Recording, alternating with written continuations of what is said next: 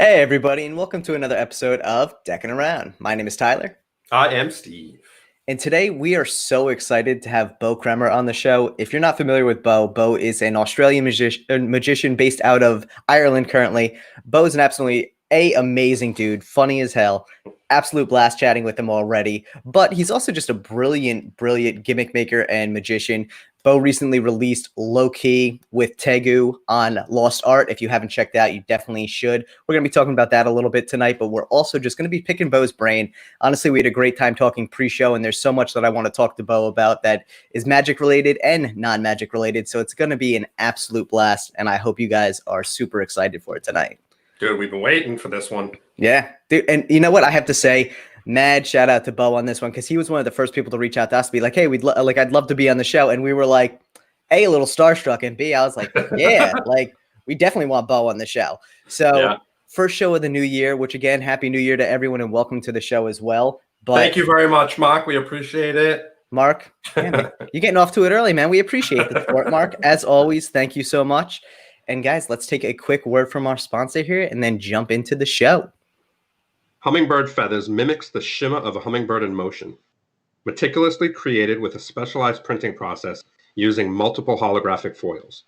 Stunning tuck design and sculpted embossing with master letterpress creation. Featuring limited, standard, and gilded 3-deck sets. Pre-order yours today at marvelousdecks.com.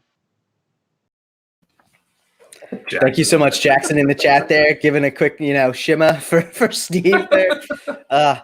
Shimmer. We are so excited for this. Without further ado, let us pull in Beau. Beau, what up, dog? Hey, what's going on? Hey, g'day, Nate. So Steve now has hands down the smallest beard on the show for today, which is not normally, and I don't even have the biggest beard. Smallest beard. I'm okay with that. Yeah, no. Beau's beard crushes my beard, I gotta say. So I'm excited about that. It's impressive. Well, thank you very much. How are you, gents? Tyler's feeling a little inferior right now, right? Oh no, not at all. I have mad respect for it. Now that I've gone through the process, I'm like, damn, like it's a lot of work to grow like a solid beard. So it really is. That's all we're talking about tonight, right? Is just beard growth and how to grow the perfect beard. Why not? I mean, hey, we can talk about anything under the sun on the show. That's one of the great things about it. Prime time on a Thursday night. Yeah. But so, Beau, how you doing, man? How has 2021 been treating you so far? But also, how has the pandemic and everything been treating you? 2021's been great so far. We haven't literally Boxing Day. So we went straight back into mad lockdown again. So not allowed to leave the house for more than an hour, that type of stuff. You leave the house, the cops are out in force, and there's an 8 p.m. curfew. So wow. I have been doing a lot of gaming and just messing around with magic, and then perfect time to jump on with you guys. Sorry, what? I said hanging out in the bathtub. Oh, mate, I was chatting to Tyler the other day. I was like, I want to set this up in the bathtub and have this whole interview in the bath. And I sat down, I was like, all right, so I need lights in here, mics, computers, electrical equipment, all running over the bath for a couple of hours while we interview. I'm like, this is a recipe for disaster. What could go wrong? Yeah. What I see is live on air is Beau be like, and the lights just go thinking, and that's the show, guys. Yeah, dude, that would have been something else. But you know what? Safety is paramount here at Deckin Around. So we much rather have a live guest than any horrific electrical accidents around a bathtub. That is for sure.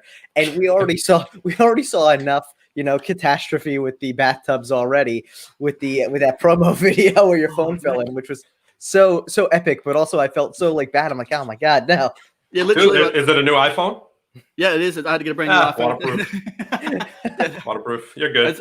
It's so funny. I was watching the footage back, and it was like, because it was just in the bath. I was like, I've just messed up my speaker. I can't do another recording of this. I sent it to you guys. I was like, is this okay? Because my mic doesn't work It was anymore. perfect, though. It was absolutely perfect. That was yeah, it's funny. For things that are waterproof these days, they're not fully waterproof. Some stuff just takes a while for it to really get back to normal. But man, but so it sounds like other than obviously lockdown, things have been pretty good for you. And I know you mentioned you've been gaming a lot. You actually just recently started a new gaming stream with Damien O'Brien. Yeah, we just started a new gaming YouTube channel, even Twitch and stuff, called Equivocate.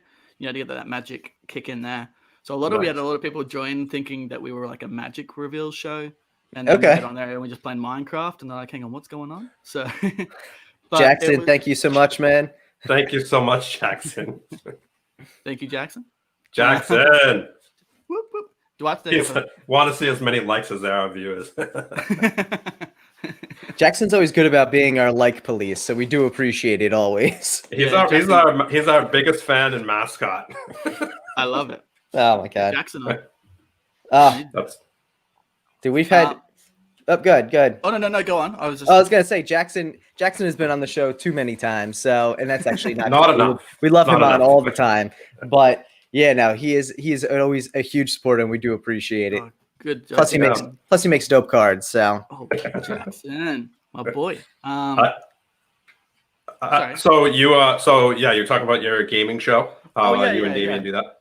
So yeah, we literally only been doing it less than 2 months now. So nice. We're still trying to find our feet on it. And at the moment, it's just because we can't meet up in person. It's us literally doing it over Zoom or Skype, trying to talk about the games and then trying to play them. And that's tough. Yeah, it's weird, right? So it's trying to find this new platform that we can work on and then build from there. But it's a lot of fun. It's an excuse to just game and not. You tell the missus, just look, got to make money. It's work. Yeah. There you go. Jackson wants to know what the name of the gaming channel is. Equivocate. So we will link to it down below. We will definitely link to it in the comments. So for anyone who's interested in checking it out, you definitely should.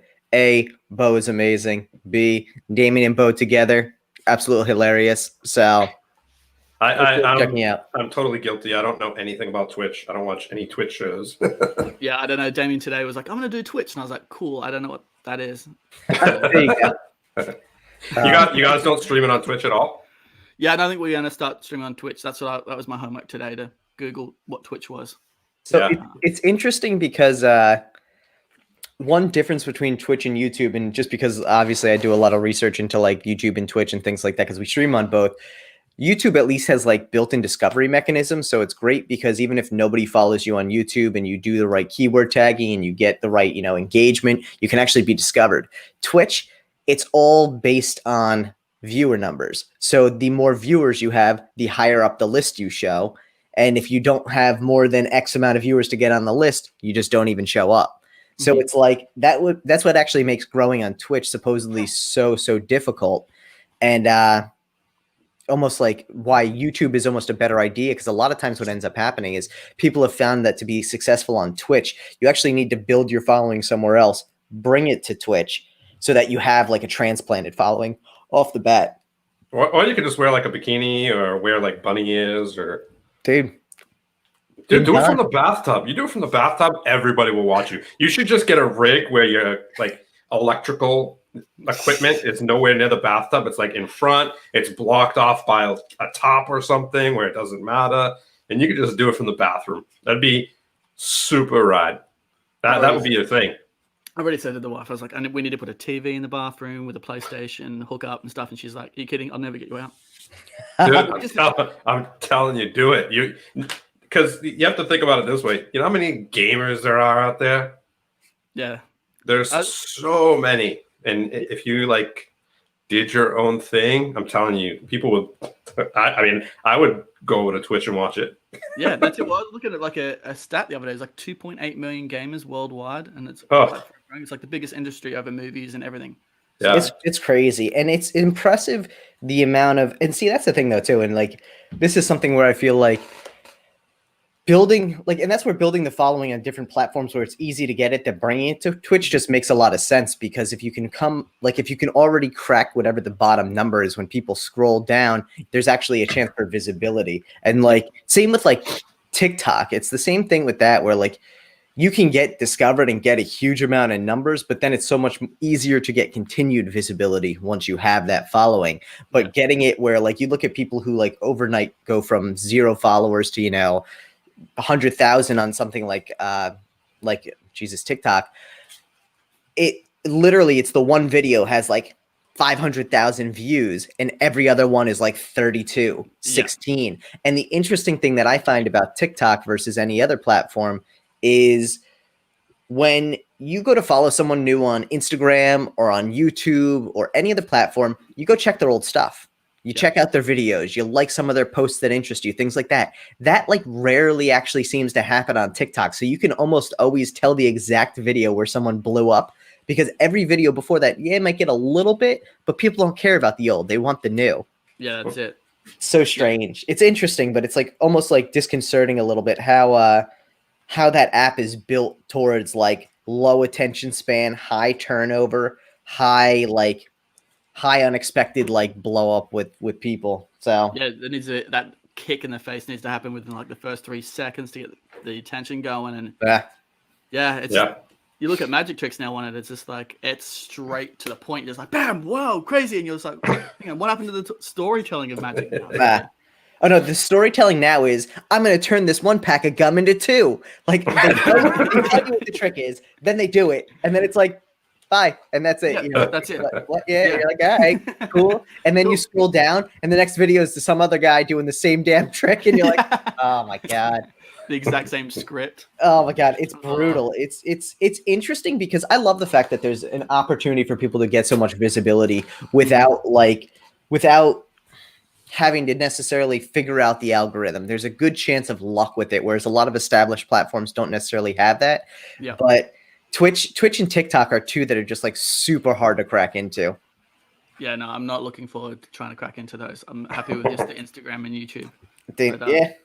And I got to do what the cool kids are doing. I got to venture out, right? Yeah, I mean, at some point or another, and it's funny because like think about in our lifetime the amount of social media platforms that have come and gone. Mm-hmm. And like social media has really only been around for 10, 15-ish years in any meaningful capacity. Even if you go back a little bit before that and maybe say 18 years for like MySpace or something, like there have been so many platforms that were the big thing and then vanished. So when did MySpace come out? I have no idea, man. I feel like it's longer than 18 years ago, bro. 2003, huh? There you go. Exactly 18 years ago. That's crazy. Yeah, dude. It really is to think about like how new of a construct social media is, but we've already seen so many big companies rise and fall because of it. I mean, think about like Vine, which really kicked off what is now TikTok. Yeah. Like Vine was huge for a decent amount of time, and then all of a sudden overnight gone. Yeah, people still talk about it. Yeah. What still have no idea why it just finished, right? I think they just didn't have enough funding for what they were doing, and people just didn't believe in it, and they couldn't secure enough funding to keep operating. Because ultimately, all these companies are not profitable. Like it's very hard. It takes a lot of energy and equipment to run servers that have hundreds of thousands, if not millions of users on it. So it ends up being a very costly venture. Yeah. But yeah, if you don't have a consistent source of income, and I was never big on Vine. I don't know if they had advertising. So if you're not doing advertising and you don't have other, investors coming from VCs to really put money into it, you're out of luck almost. Yeah, that's true. That's very true. Yeah. I'm gonna create a TikTok and just do this the whole time. Go and for do it. it from different angles. And be like, oh my god, just call it magic fails, and it's just you continuously failing. I'm just gonna do it over and over, like literally with just different cards and different clothes, and see how many followers I get. Dude, but just that's trolling actually TikTok. That's what a lot of accounts do. Is they're basically like, I'm gonna do the same exact thing every day until I go viral, and persistence seems to pay off in a lot of those cases, dude. No joke. There's this. I have this Instagram account, and it's called Alternate Reality. And I saw it the other day and died and loved it. What is it? Alternate Reality. It's where I want Ryan Reynolds to draw me a tattoo. And I started off like creating him and like if he never existed, who would star in those movies? And because I got inspired by seeing one of those guys that posted, I think it was like the same picture of. Oh God! Like so good. Yeah, you see the same picture of Nicolas Cage every day, and it's the exact same. I'm like, that's not inventive. It's not creative enough. Get fun with it. So it got to the point where I was like, I have to come up with new ideas for Ryan Reynolds every single day. And then there would be times where I just didn't do anything for years. But at one point, he liked one of the photos, and I was like, here we go. This is where the tattoo happens. And then nothing. For like man. Really? You know what needs to happen? You need to bring it into Twitter is what you need to do, because that's where all the movie stars actually are really active. Yeah, like a lot of them are doing their own Twitter. They're not having other people do their Twitter because they don't have to worry about looking at other stuff. They're just posting. You know what I mean? So if you bring it into Twitter, even if you're just sharing your Instagram picture, that's what just I do. keep doing that, and keep tagging him in Twitter, and then maybe people will just keep sharing it, and that's the best way to do it. Dude, that's what you need. That's the momentum. I mean, you look at what Chris Ramsey did with Neil Patrick Harris. Like, you just get enough people to tag him where they can't ignore it, and you're just like, maybe I should see what this is about. Still not a guarantee they're gonna reach out and say anything, but like that would be dope, dude. That would actually be an amazing thing to be like, Ryan Reynolds designed my tattoo. Yeah, even if it was just like he drew like a stick figure, like, I don't know, doing whatever, eating a banana, I'd be like, this is sick, I'm putting it on me. Dude, yeah, no, without a doubt. Yeah, it could be anything at that point. It could literally be like a circle, like, or like a spiral. Like, yeah, exactly. That's hilarious. That would be dope. Oh my gosh. So have you been abstaining from tattoos because you're waiting for this one, or? I've just got that space one underneath Deadpool. Well, okay. I'm so bad with like cameras. I'm like, dude, everyone is. So it's taken a long time for me to figure out that you have to go the exact opposite direction. Yeah. Jeez, technology, eh? It's like we're dancing. Oh my gosh. Yeah, no, I'm not sustaining. I'm just keeping that same spot for Ryan Reynolds, even if I'm covered head to toe. That will stay there until he. Dude, that's hilarious. That's so good. Ryan Reynolds, if you happen to watch this episode of Deckin Around, you go reach out to Beau and you get a tattoo on him. I wonder if we know anybody who knows Ryan Reynolds. I mean, statistically speaking, we know someone who knows someone who knows someone who knows Ryan Reynolds. Yeah, it's true. But the 7 degrees of Reynolds, right? Yeah, there you go. Yeah. We'll have to figure this out. We'll add that to our list of 2021 goals. Figure out how we can make sure that Beau gets tattoo from Ryan Reynolds. I actually know Ryan Reynolds. Maybe I'll text message during the show. He'll text me back. Yeah. Oh my god, I love it. Look, that's the next case scenario, right? Yeah, for sure. I mean, honestly, like I think that would those are the fun kind of life goals though, because like if it happens, that's a story you have forever to tell. Yeah. If it doesn't, the journey itself is still an amazing story. Yeah. Well, probably the best one I had was actually I was out for dinner and there's this bodyguard sitting across from me. Yeah. And he was going, we were having a chat and he's looking at my tattoos on my arm and he goes, sorry, that girl there, she looks familiar. Who's that? And I was like, long story. I wanted to get a rockabilly girl. I was like, do I get just a random stranger who I have no idea? Like, just a made up girl? Or do I get my mum? Or do I get Hillary Duff? And I don't want to see my mum drinking a milkshake on my arm, so I'll get Hillary Duff. And he starts laughing. He's like, do you mind? And he picks up his phone and he takes a photo of it. I was like, yeah, no worries. And then later on, he gets a text. He goes, oh, yeah, she's already seen it. Oh, my God. Like, sorry, what? Turns out he's Hillary Duff's personal bodyguard when she needs one around America. Dude, that's so cool. What? And then he's like, yeah, she saw it on Twitter. She thinks you're a real creep, but she thinks you should hang out and stuff like that. And then when the house got broken into, he texts me and he's like, dude, did you break into Hillary's house? And I was like, oh my God. But yeah, that's hilarious. Dude, that's a good time right there. I know. That's the story everyone dreams of, right? Dude, that really is something else. I mean, I think the best story would have been better is if Hillary Duff was there and she's like, is that a tattoo of me? Then maybe she could have signed her name under it and you could have tattooed that. But how creepy would that have been? I was like, yes, it is. Yes, it is. You could just say, no, it's my sister. And, she passed and just looks just like you. Oh, my gosh. It wouldn't be as creepy. 19 minutes in, we've already gone downhill. I love it. So, Beau, I'm going to rein it back in real quick here. So, we briefly mentioned the fact that you recently came out with a new Magic app called LoKey. Yes. But going back even farther than that, how'd you first get into Magic? Oh, well, geez. We'll go right back, I guess. I did it. Yeah. No, I obviously did it as a kid. I loved Magic as a little 4-year-old boy. And then loved it all through high school. And then got told by my careers advisor to do a proper job. Don't do Magic because it's not a career. So I was like, okay. So I became a structural engineer. Did that for 7 years. And if my boss is watching, I loved every minute of it, which I didn't. And I told him at the end of it, I was just like, I got to go. And he's like, what are you going to do? And I was like, I'm going to do Magic, I think. And then he was like, yeah, good luck with that. And then I moved down to Melbourne, so I used to live in a small country town that had like one pub and like one shopping center, like it was tiny. And then moved down to Melbourne and tried to perform, but fell really quickly out of performing because I found out that I would create magic because I hung out with a mate one day and he's like, oh, I've got this idea, I just don't know how to do it. And I was like, oh, just picked up something and quickly come up with an idea in like a couple of minutes. And he was like, oh, how'd you do that? So I showed him, and then he was going, oh, and then that fell into people. He told people about me, and then I started forming into like working on stage shows and close-up gigs and creating gimmicks for people. And That's honestly, really I haven't cool. performed in years, which I probably That's should. cool. But yeah, now that's Who was your favorite person to create gimmicks for? Dynamo, work with him. Right on. That's really cool. He's really cool. But obviously, I have to say Matt Tarrant, because he was abusing me. He's like, you need to mention me. He was the first guy I started working with in Australia. That's why I'm wearing his hat. There you go. Available at matttarrant.com. There you go. Shout out to Matt. I love it. But yeah, no, just, I don't know.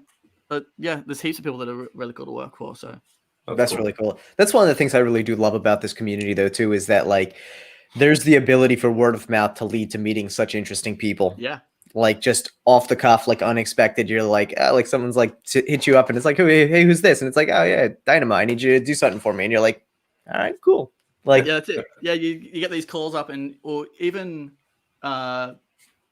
with the creators, there's only a small group of them that do this type of work, or like TV and stage, and like multi, I guess, lingual, not really a thing, but with like can jump into stage or TV and really quickly. Yeah.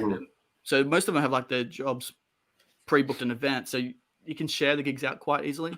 So a lot of them come through like them. So you just say, hey, what are you doing next week? And you're like, nothing. I'm like, cool. Can you work for this guy?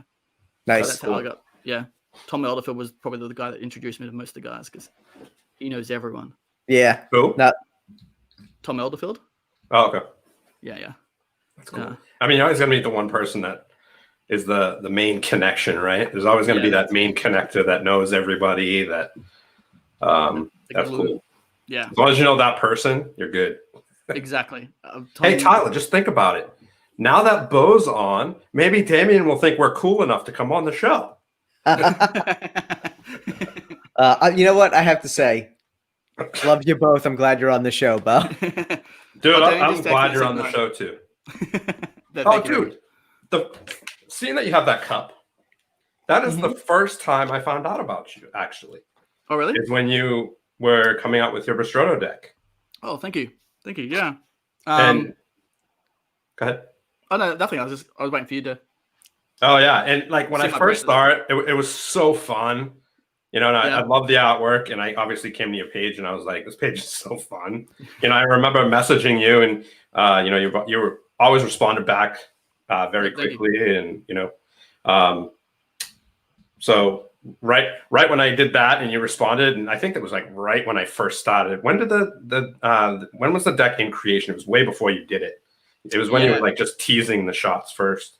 Yeah, so I've always wanted to do a coffee themed deck for years and years and years back when I was in Australia. And then I came over to Ireland and I met a local artist called Andy Hamilton. He goes under My Tar Pit. And he creates like these really cool, interesting characters. And the ones that I saw of him, actually I saw Howlin Jack. Because he's like a redneck jumping into a crowd. But then he created ones that were called like the serial killers. And they're like cereal mascots, like eating bowls of cereal, like razor blades and stuff. Oh, Jesus. And I was like, this guy's cool. So I contacted him. And then, from then I was like, I want to do a coffee themed deck. And he was like, let's do it. So I literally said, coffee themed deck. I want to include some people that I know that aren't all from Magic, just some really like people that you'd want to see on the street and actually have a coffee with and get to know about them. And then all from that, you have free reign of everything else. Just go crazy. So we actually put like hidden Easter eggs in each of the cards that mean something to each of those people and stuff. So yeah, it's quite fun. Like that's cool. Now, when did you start kind of? Oh yeah, that was the question, wasn't it? That was the question. I mean, the next question was literally what you just said. So we're going in order. It's good. Oh, sweet. Yeah, cool. I'll jump ahead. I'll jump back and forth. That's okay. I do it all the time. August 2019 is when we did the Kickstarter. So I think we started working on about 6 months before that. Yeah, so that's like right when I started getting into cards. So you're like one of the first people that Thank you, I Cedar. saw. Yeah, thank you. We appreciate the support, man. And so I thought it was cool, because when I first started, obviously I didn't know anybody. And you were obviously, established in the community, and that was kind of like some of my first intro. Me reaching out to someone like a designer who's coming out with a cool deck, and them answering right away and being cool. So I don't know. I appreciate you being pretty rad. Oh, thank you. Let's go with that. I like that. Thank you. No, I appreciate your interest in the deck. Which is we've got the next one coming out, so we can hopefully tease that out maybe tonight. And we would absolutely love for you to tease it out tonight, no doubt about it. We'll have to make sure we stay on track to talk about it, but we will make it happen. Because we were talking about it a little bit the other day, and I think you and I had a really good conversation about like the whole premise behind the next one. I'm excited to see it. Cool, thank you. Yeah. Bow's on, and he said he's a huge fan. Bow, he's a ledge. He's actually got some insight into the next deck as well. So nice. The milkman himself. Yeah, that whole next deck is milk. It's what you go with the coffee, right? I can't wait to see that deck. That's for sure. Ooh, baby. Maybe Deckin Around boys will be in a deck. No, just kidding. Just kidding. Bo's way cooler than us, that's for sure. No. Anybody who takes as many bags should be in every deck. Bow should be in every deck? Yeah. I 100% agree with that. I feel like with a bag of milk. I don't even see. Here's the thing. I don't even care if Bow's in every deck, but if you really want your deck to do well on Kickstarter, you got to get Bow to butt shuffle the deck in the Kickstarter trailer. Like, that's how that goes. Yes. Yeah, dude. That's still one of my favorite videos ever. Like, oh yeah, how good. So good. Top 10 of 2020 for sure. I have 3 videos that just stick in my head. And one of them is definitely Bow's butt shuffle, the original, not the one he did on the show, but like the original. Yeah, the behind the scenes was a little, not as impactful, but it was still good. Yeah, it was a little forced, let's say. Yeah. The second one is we did my store, we did a giveaway a while back, and it was trash the deck. So you got to trash the deck, and someone actually took a deck and fried it in a pan, and then like coated it and fried it, and then ate it. Like put ketchup on it or hot sauce or whatever, and actually ate it. I was dying. That was a great video. That's amazing. And then your video that you just sent us from the tub with your phone falling in. That was the 2021. But I'll tell you, Beau has a killer 2020 video also. And it's when he does a reverse transformation on TikTok, like one of those like TikTok transitions. That's what I'm looking for, where everyone like throws something up and then gets fully dressed, and you throw your shoe up and then all your clothes like fly off you. I'm like, absolutely hilarious. I didn't see that one. Oh my God, dude. I don't know how your TikTok isn't blowing the fuck up. It's hilarious. So thank you. Yeah, I don't know. I post to it once every like 3 years, I think. So that's probably why. Yeah, because you look at the people who like flourish on that. They post like 9 times a day. Yeah, crazy. Bothered. Yeah, one of the other guys I work for, Joel Lamb, he's like a TikToker here in Ireland. He's at like 6.5 million. It's crazy. He posts like 6 or 7 times a day, and just it's mayhem. Yeah. See, what does he post? He's he does those snap changes from 10 different angles. He's way ahead of you, man. He's way ahead. So he just does a whole bunch of different things. Like that's it. Less flashing though, I think. But no, that's the point. That's the whole point. That's what I'm gonna do. I'm gonna do the Jesse Eisenberg TikTok. Oh. That's what I'm gonna do. TikTok though, that's like the one thing that really scares me about TikTok is like Instagram. You can get big and you post once a day and everybody is happy. But a platform where you need to post like multiple times a day to maintain relevancy is ridiculous. Scary. 13-year-old kids, mate. Yeah, I mean, and you know what? Like we already had, I feel like at 13, everyone's got attention span issues. Now we've made it even worse because they're sitting there in class. And instead of, I never paid attention in class either, but I wasn't sitting there being like, I got to get on TikTok. Like, it's crazy. Absolutely talk to my crazy. crush over there, or I should make a cool TikTok about it. There you go. I don't even have TikTok. That's the best way for me to stay away from it. I don't even have it. Dude, better off. It's the next big thing, but who knows? I mean, like, scares me. You're better off not being on it. That's the truth. Like you said earlier, you know, Instagram and YouTube, they're the safe bets. Yeah. Oh my God, man. So I just can't be bothered with more social medias. Like every time someone's, they're like, oh, you want to do a Discord? I'm like, no, I don't want to go on Discord. Like I'm not going to go on it. You want to go on Facebook? You want to do it? No, I don't want to do anything. I literally, I'm like more than enough with Instagram and YouTube. That's all. I can't handle anything else. You're still best friends with Tom on MySpace, right? Tumblr, that's another one. I actually have a Tumblr account, but I never use it. He said Tom on MySpace, but yeah, Tumblr is another one. Oh, I thought you said Tumblr. I thought you said Tumblr and MySpace. No, I said Tom on MySpace, but yeah, Tumblr's good too. Look, Pinterest, you're on Pinterest too, man. Just too much these days. Too much these days. Pinterest. So Beau, I feel like I'm definitely going to be the voice of reason here all night, and that's perfectly fine. So with the recent release of LoKey, you know, how did you so kind of going back a little bit to the Magic, what got you interested in the idea of creating an app for Magic in general? So actually my first ever release was iTime Rewind. Yeah. So that came about because I have loved Back to the Future. Absolutely love Back to the Future, like obsessed with it. And I always wanted to do that thing. And one day I was like, how do I create a time travel effect? And I was looking at my phone, just going through my phone, looking at text messages, thinking about ways we could rewind time in that. And then just looking at my lock screen, just saw the time tick over. And I was like, oh, it'd be cool if you could see it tick back and then tick back. I was like, how would you do that? And back then I didn't know any app developers, knew nothing about this. So I was like, I'm going to have to create a video.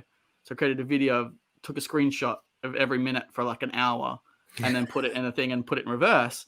And I was like, okay, that worked. I need to do days and months. So I ended up just like photoshopping the whole thing, sit down, teach myself Photoshop and creating it that way. And then fell into iPhone magic that way. Like got other effects coming out with iPhones and stuff. And then with this app, I wanted to take iTime Rewind and take it to the next step. Like I love the confabulation routine. Like what you see in the trailer is what I actually love. I love the stage confabulation routine of it's sitting in the impossible box, no one knowing how you got this whole big routine written in there. And I was like, how can you do that? Yeah. In a close-up scenario right in front of someone.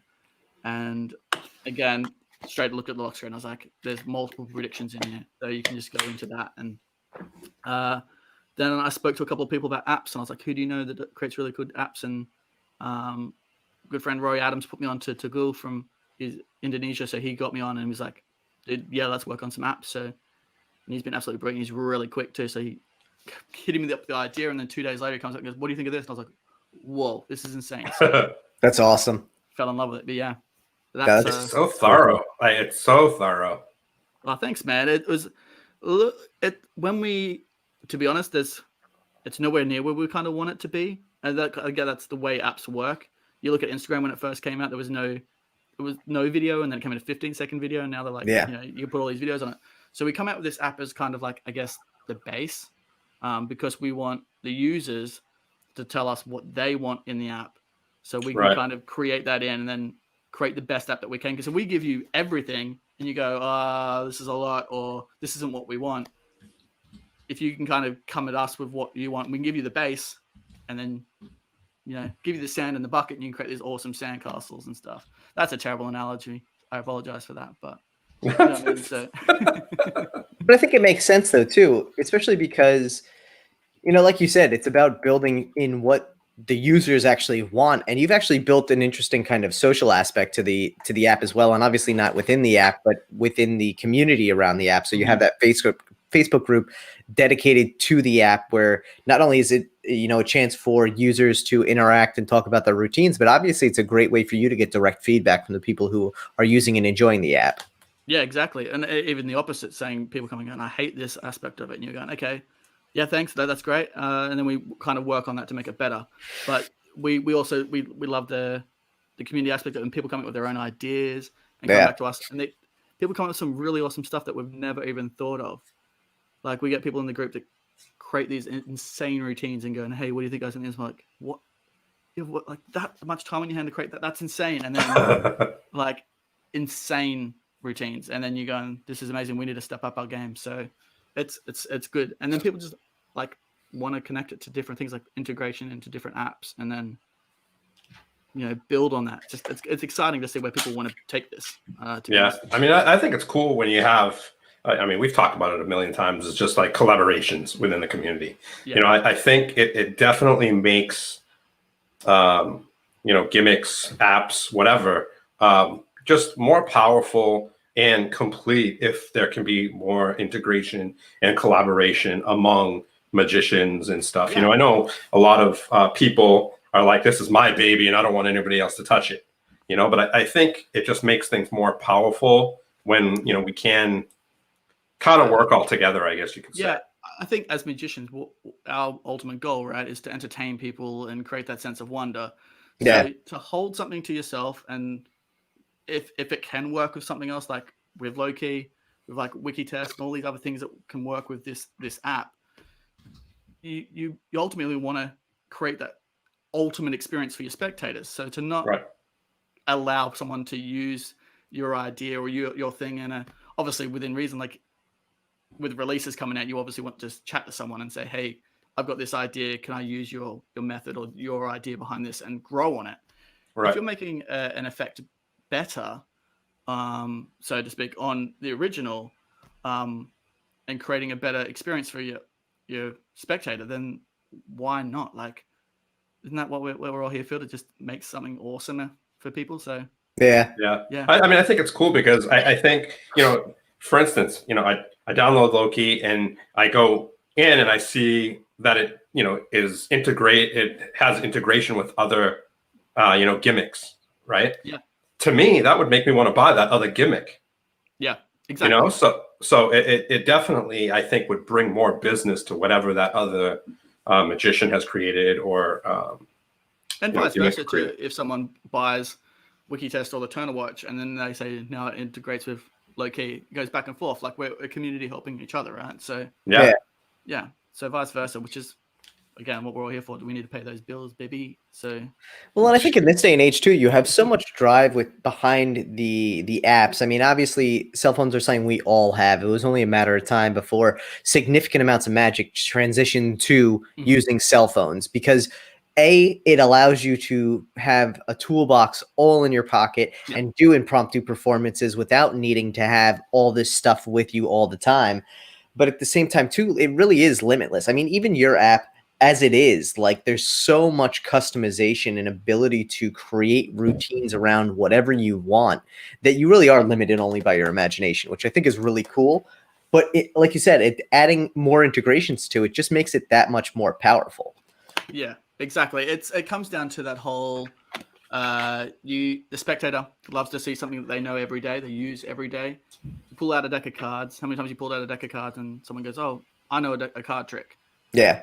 But so that's the reason why I've kind of gone away from creating card tricks. I love card tricks. I adore card magic.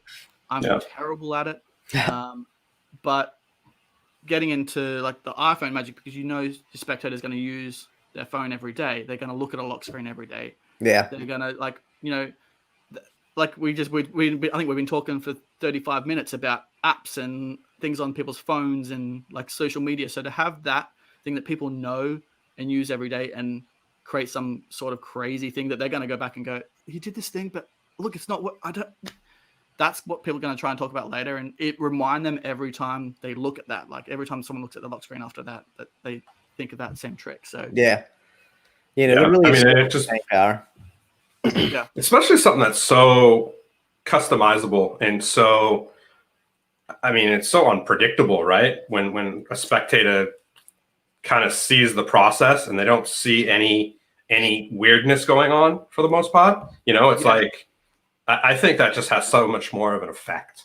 Yeah, there's that really fine line of creating it too perfect though, because if it's too perfect, they go, oh, it's an app. Yeah. Right. Yeah, so there's always that weird fine line of whether it's just off or if it is perfect, that there is no reasonable explanation for it.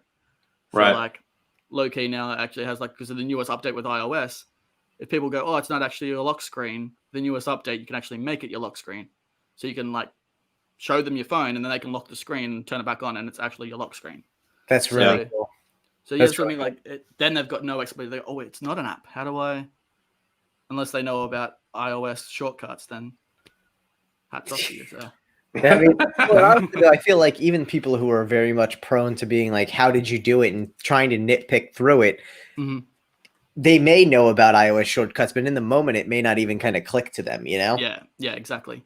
Yeah, sorry, go. I was going to say, I think that's really cool. Oh, yeah, thank you. Yeah, it comes down to, like, yeah, I've done it. I've been doing it for years. Like, I would do this originally. So, again, when we're talking about when I first come up with this idea, again, had Photoshop and I had it, like I said, as a template. And I'd do it at a pub and I had my mate on my laptop sitting over in the corner. And he'd be listening to what I was saying, and he would literally just type it into Photoshop and then airdrop me the photo. That's funny. And then no one was expecting a photo. Like, I'd show the photo, but that was how I originally started with it. Wow. And then, but even then, it was really impossible. And people going, oh, it's an app. And then you delete the photo and you're like, have a look. And then they're like, oh, there's no app. So it was that crazy thing of it being too perfect. And there was no backtracking for them to get to where you were. Yeah. Now, do you find that a lot of people ask to see your phone after, or are they? To be honest, no. See, spectators, there was that point where you'd have those. I guess it's audience management too. If you know there's a spectator you'd be prepared for that. You'd be ready to hit that load up to your lock screen, your real lock screen. But a lot of spectators now I've been on it for years. I could probably count them on one hand. The amount of people that would want to search through your phone. Well, I feel like there's always that like heckler. Those are the hecklers, right? Well, I feel like phones though too are such a part of your personal bubble now that like I could see it if you were doing it. Like there's certain tricks obviously where you do something with the spectator's phone. And in that situation, it's their phone. They have no problem going into it, looking at it, inspecting it. But like, think about like when you're home and you pick up like someone else's phone by accident. You're like, oh, that's not my phone. And then you're like, all right, like that was weird. Like it's such a part of you, which is a terrible thing to say. And I hate to admit that, but I think like people, there's so much of a almost invasion of privacy field to even look through someone else's phone. So doing it on your own phone and then being like, oh, do you want to look at it? It probably triggers that like, oh, don't go through someone else's phone aspect. Yeah, this is true. That's good. Yeah, that's a good way to look at it. I haven't thought of that, but I mean, we're weird about nobody wants to give their phone away, right? Nobody wants to be like, oh, here's my phone.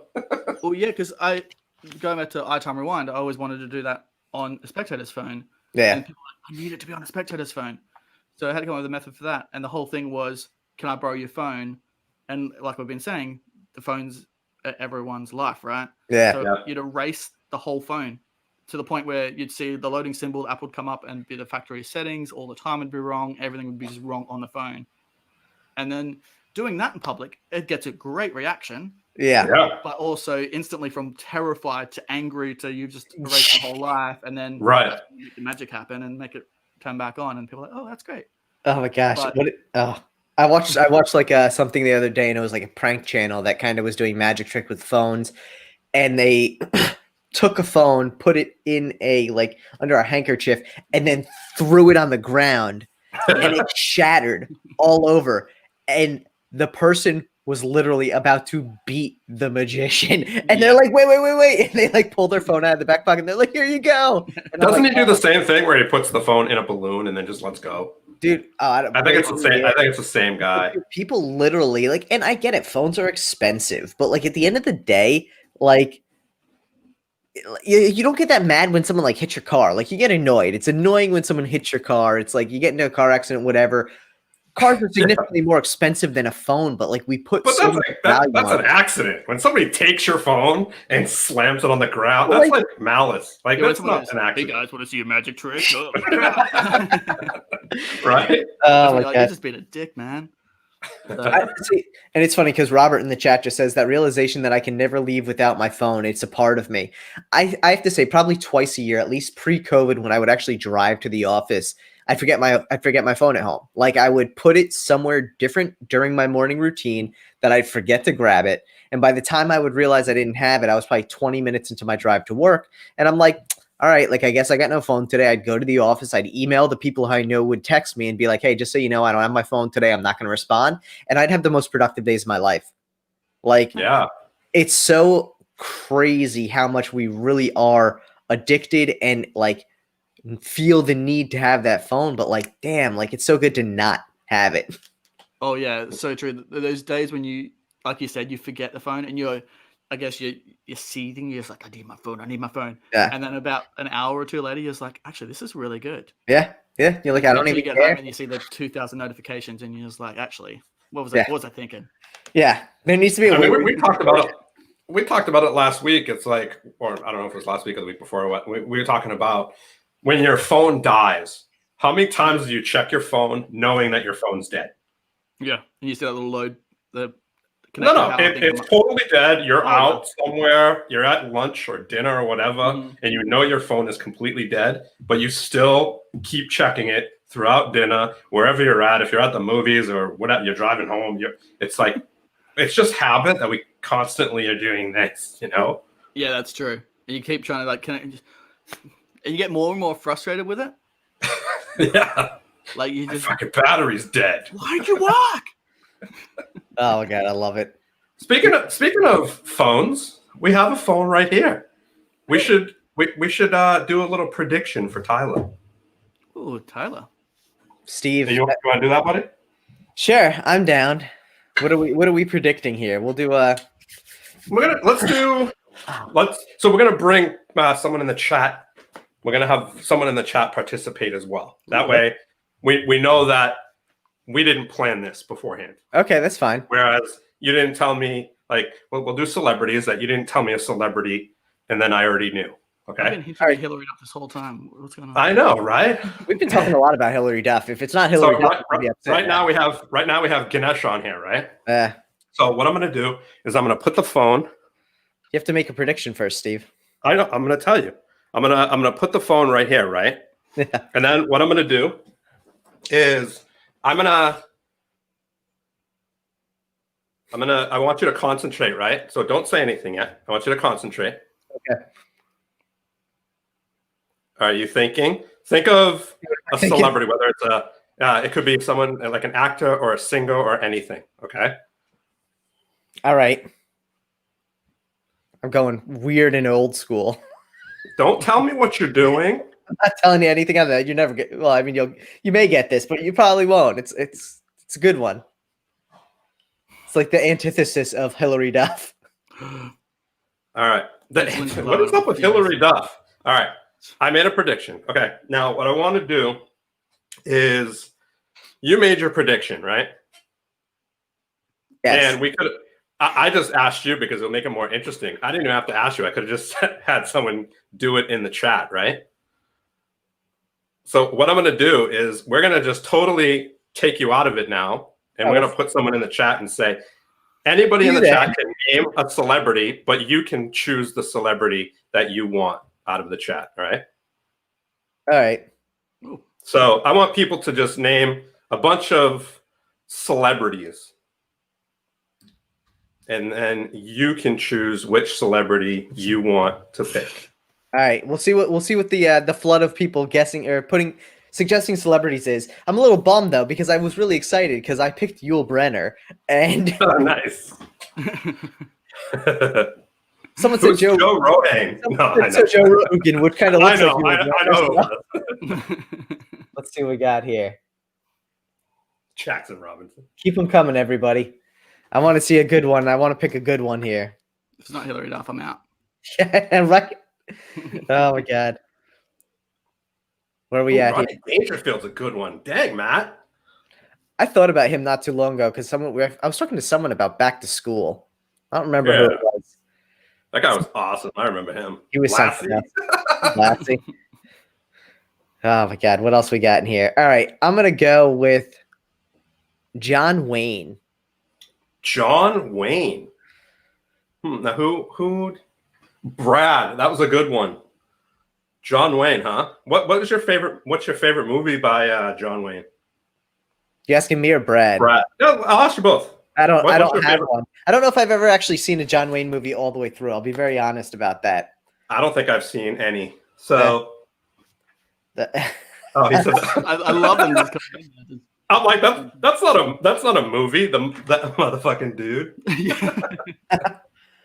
All right. Well, I don't know any of John Wayne movies, so okay. So what I'm going to do is I'm going to turn over the phone. Obviously, Brad wasn't in on it, right? Oh, so wow. let's see what we come up with.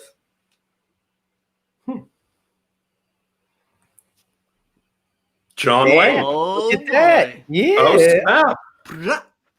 It's a nice picture of him, too. Yeah, he's good. Now. Look at him with the America sign behind him. Brad says his favorite John Wayne movie is Rio Lobo. Nice. I had to put the American sign, the American flag behind him because of all the lovely stuff that's going on lately. You know? Ooh, yeah. Definitely crazy times here. 2021 has not been kind so far. So I'm gonna text Ryan Reynolds. Okay. And I'm gonna see if we can get him to message me back. All right. I'm gonna ask him. I'm gonna ask him if he would be so kind to draw up a tattoo for Beau, so he can put it on his arm. He would really appreciate it. He spends so much time working on his Instagram page dedicated to him. It is such a good page. If anyone has not seen it yet, you definitely need to check it out. What is it? Alternate reality? Yeah. We'll link to that down below as well. All right. So I'll put that down and see if he responds.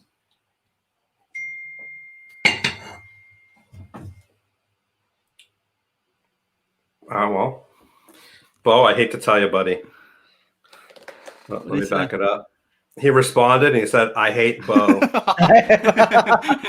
Oh my God. Look, he's only human, mate. So He must be a little bit into the aviation gin tonight. yeah, dude, that's kind of intense, man. You must have like scared him or something. No, I think it's just it's getting to the point where it's just too stalkerish now. Him and Hillary were chatting. Yeah, dude. So here's the thing, okay? I don't know if I feel cool about this anymore or if this is just kind of his procedure of going through things. You know, he, like you said, he was the first one that was like reaching out to be on the show, right? Yeah. And then he gets a tattoo of Hillary Duff, and this bodyguard asks him about it, and she says he's kind of creepy. She saw it, and now all of a sudden Ryan texts me because I call him Ryan. So Ryan texts me, and he says he hates you because you're kind of a stalker. It's because I left him for Hillary, right? So that's that he wanted to be the first tattoo, not the second. Yeah, that's it. I get it. I mean, there's a little jealousy there. I understand. I mean, listen, if I was Ryan Reynolds, I'd be jealous of Hillary Duff as well. So who wouldn't be? That's too funny. Okay. So anyway, that that was obviously a little not the best way to introduce somebody into LoKey. No, that was perfect. It was a little snippet, literally, of what it can do. Honestly, like that's 1/10, and that's being generous of what it can do. And honestly, the app is phenomenal. Like I told Steve, and I told you this the day we met, Beau. Like I sat down with the app, and I don't have an iPhone, so I had to use my iPad, which is the most cumbersome thing to try and do anything that requires, magic or deft fingers or anything like that. Yeah. But thankfully, I was by myself, so I was fooling myself with this magic trick. And, and I honestly, I spent the entire night playing with the app, and I messaged Steve the next morning, and I was like, I would genuinely get an iPhone again to use that app. That's how good it was. Ooh, so I obviously, I came to my senses, and I decided not to get an iPhone because I an Android version. So I was like, all right, good. But yeah, dude. Don't come up with an Android version because then he'll be forced to get an iPhone eventually. See, I like the way you think, Steve. I still have my iPhone 4. I will just install it on that. Please say it doesn't work on a 4. It doesn't work on a 4. Nice. Probably doesn't. I mean, at this point, that thing is so old. I would hope it doesn't work on an iPhone 4. I think it only goes up to iOS 5 on that. So, jeez. Yeah. I mean, it is so cool. At first, my big question was, can it be used Do the person, does your assistant or helper have to be within, I guess, Bluetooth reach or something like that, and it could be worldwide. Like that's the cool thing. It doesn't matter where someone could be in is. America and the other guy could be in Ireland. Yeah. I mean, that'd be cool if that really worked that way. Yeah, right. Now, I think it's really ingenious though the way you kind of went about it, because it really is so versatile. I mean, I think we were talking about, and I think Steve and I look at a decent amount of magic tricks, reviewing them on the channel. And thank you, Mark. Mark is my Android brother here. iPhone, no thanks. But the funny thing is, is this phone confabulation app on the App Store? It is, Brad. Go check out LoKey, LOKEY, on the App Store. The symbol or the app thumbnail for it is a circle or a white square with a black dot in it, and it says LoKey. I'll check it out. It's right there. What? It's that bottom one. Yeah. I think you put it up on your story or something the other day, right? Yeah, so we put up on the story. It's actually on the story today because we're doing a giveaway for it. So for anyone who hasn't checked it out, we're actually doing a giveaway on the magic review we dropped yesterday for it. So don't go watch that now, but after this, go watch it. And you could even enter for a chance to potentially win LoKey, because it is dope. Yep. So, Brad, go download it, and then you got to go buy the key. Head over to Lost Art. What is it? Lost Art Magic? Yeah, or it's even available because Murphy's got on board, so it's available to all your closest magic stores and stuff now too. Yeah, Brad, I got you, buddy. If you want it, let me know. I'll get it for you through Murphy's if you want, or you can go directly through Lost Art. Whatever works. We always love supporting Xavier as well. So check out Lost Art. Yeah, I'll go through Lost Art for sure. Yeah, well, I'm also partners in Lost Art, so I shouldn't be sending people elsewhere either. There you go. To us. There you go. But and the funny thing is, it's actually 5 cents cheaper on Lost Art. So there you go. I'm saving you. I'm saving you here. Exactly. You get it immediately on Lost Art, where if you go to a brick and mortar, they're probably closed now. No one's open at 2 a.m., right? Yeah, they are closed. Even when the corner's closed right now. So you have to go through Lost Art Magic right now. Exactly. And not now, after the show. After the show. No, go now. We'll wait. Oh my God. Okay. Definitely. Yeah, we'll wait, and then you can come back, and then you can say how awesome it is. I'm dropping the link in the chat actually for Lost Art Magic for anyone who's interested in checking it out.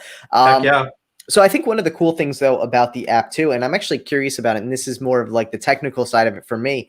Mm-hmm. How have you found app development, considering how much like piracy there is within the download market of Magic? Have you found that app development kind of deters that to some extent, or do you find that people still try to pirate Magic apps as well? Bit of column A, bit of column B. There's always, I guess, like a card trick coming out or any other effect coming out, there's always going to be a similar idea. Like when I came out with LoKey, I found out there's a gentleman in Florida who come up with a similar idea, and we released around the same time. Wow. So it's crazy, like the similarities of you just find someone around the same time as releasing something else, but then you also get people that go, oh, that's a cool idea. I'm going to create something myself and then build on that. Okay. So I guess that's like how we also have the community, so we can kind of build on that and stay ahead of the game as well, because you're going to have people going, oh, I can create my own app and release that, which has happened in the past. Yeah. You get that. It's I guess it also deters people because it is a lot building an app. Like I have no idea how Teguh does it. I send him a message, I'm like, can you make this happen? And he just goes, no. And I'm like, okay.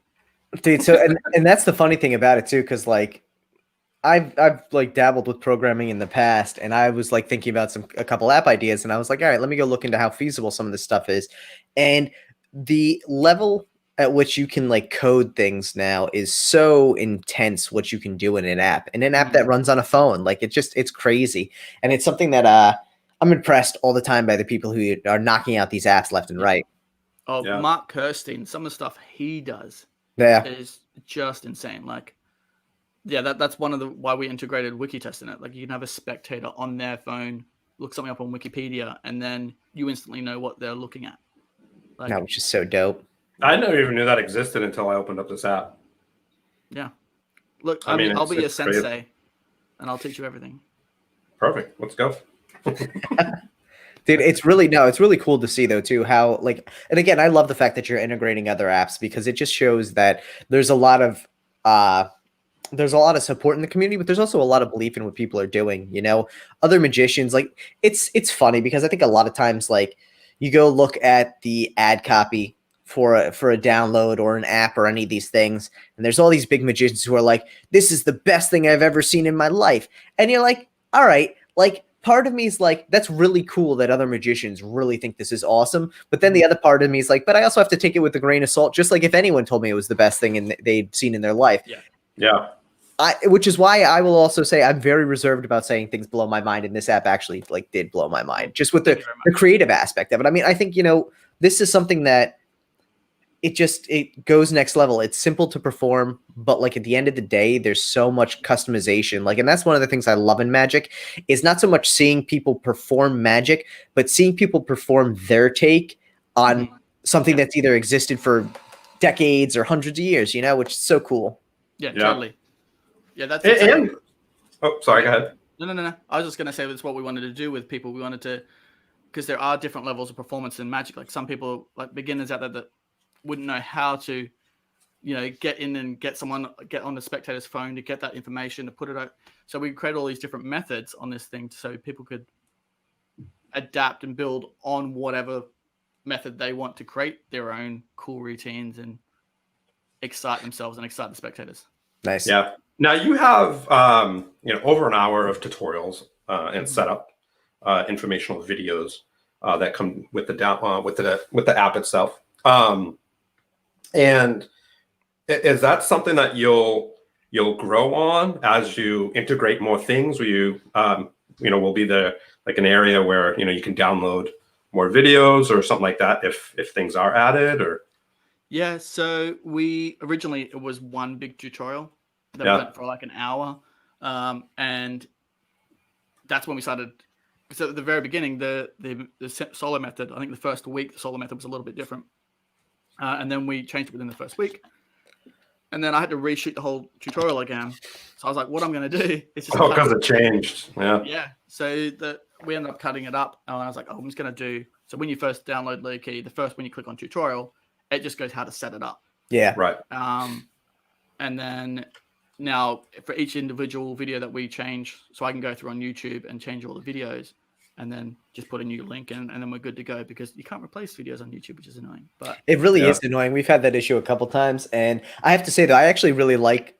It's funny to hear that it was more so for your sake, for easily being able to replace parts of it. But honestly, I thought it made it that much more enjoyable too, because ultimately, you know, with that much information, like I mean, that's like.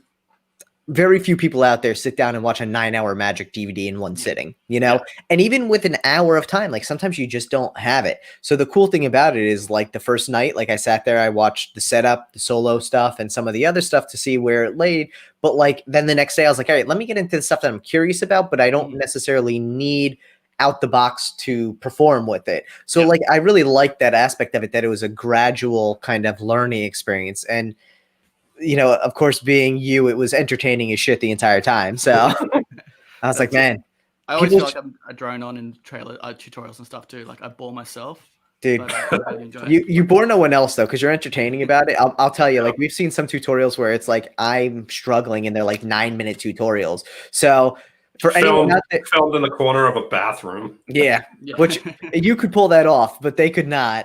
With that being said, yeah, like some of them, it's just brutal, and it's like, you know, if you're ever looking for a second line of work, you should farm yourself out as a tutorial filmer, so you can be like the person who sits there and like reads the script and goes through it. But and I'm not a big fan. I'm not a big fan of long drawn out tutorials either. I've seen a few that. You know, I'm glad that they're thorough and they have more information than not enough. Yeah. But for me, I think I really enjoyed the fact that they were broken up, you know, because like Tyler said, I could literally watch. I mean, I don't need to watch the assistant one yet because I'm not utilizing an assistant yet. So I could just watch the solo ones or, you know, and I don't have to try to find where it is in, you know, the whole hour. So for me, I think it was definitely, yeah, that's totally why I did it. So to make it easier for people, you know, just to make it easier for people just to like don't have to watch the whole thing. They can watch what they want to watch. Yeah, for sure. I'm trying to put my feet up. Let's wait. But yeah, no, it's a lot of people because don't want to learn certain things, but you don't want to sit through an hour of watching a tutorial to then go, I just need to see how to connect it to my watch. And you don't want to sit through an hour long thing just to see that. You can actually just look down the table of contents, click it, and you're there. Yeah. But yeah, that's another thing. People always actually, I get in trouble for that too, because in tutorials I always go straight in and go, "This is what you need to know. You're done." Because, like you said, I watch tutorials where they would say it 19 times, and you're like, "I get it. I have to look at this finger. Like I got it. Oh wait, no, I need to watch it for another 2 hours. Cool, let's go." But it kind of gets to the point. I'm the same boat as you, Steve. Like I want it to know what I'm doing. I can always go back and rewatch it again because that's the best part about streaming and it's like digital copies, right? You can just skip back a couple of minutes and watch it again if you miss it. So and we were watching a tutorial. Tyler and I were watching a tutorial, and the first like normally in the first couple of minutes you do like maybe show what the trick is, right? You could show a video of the actual routine. So we know what we're looking at. I mean, obviously, most people know if they buy it anyway, but it's cool to just see how it's played out and then dive into the tutorial. We saw a video that they just dove into the tutorial, went on this big thing, and obviously we weren't familiar with the trick, so we didn't even know what it was. And they're talking about this thing, and we're like, we don't even know what you're talking about yet. So it took like 25 minutes before we even knew what the hell they were talking about. Yeah, and I was just like, oh man, that's like rough because like you end up having to go back and watch the trailer. And normally if you buy it, it's good, but like I think it changes your mindset when you know what to look out for. And I think that's one of the big things I think with learning magic in general is there's a lot of small details that matter, which isn't always the case with things. I mean, I managed to pass every history class I've ever taken, memorizing the big of things and nothing else. Like if you could name what war happened in what year, you were pretty good. Otherwise, didn't matter. But like you go with like magic, you need to know every small detail. Every small detail plays out with it because once you know all that, you can master it and then you can customize it. But if you don't know what to look for, you miss so much stuff and you end up like panning back 50 times in the video to be like, oh, wait. How did he do that? Why is he doing that? What does this lead up to? So it's crazy. Yeah, that's very true. Actually, you do. Yeah, I've done that too. I've skipped through. I'm like, I don't need to watch this little beginning bit. And I was like, why is this handle weird? I'm like, oh, I need to watch him. I needed to watch him hold that for 9 hours. That's what I was missing, man. Dude, I love it. I absolutely love it. And it's funny to see the different approaches that people do take for like magic tutorials though, because some people like, I have to say of all the tutorials we've ever watched, one of my favorite to watch is Danny D'Ortiz. Like, first off, dude has a personality that just mind-blowing all the time. But the way he teaches, like if he had taught every class I had ever had to take in my life, I would have gotten straight A's. And George Iglesias. Yeah, George too. George is so awesome. He's so funny. But Danny has this personality about him where you're just sitting there and you're like, man, I would literally learn anything he has to say. Like he's just so interesting. That's why his routine's so powerful too. Like his personality just plays into all his routines, and that's the beauty of it. But also, I found that sometimes I get lost in just the personality, and I'm like, "Hang on, sorry, I'm not watching what I should be watching here." It's like you're watching a movie because you're so engrossed, and then you're like, "Oh, I'm supposed to be learning something right now." Dude, I love it though. Yeah, it's funny to see like that spectrum there because I think a lot of times like.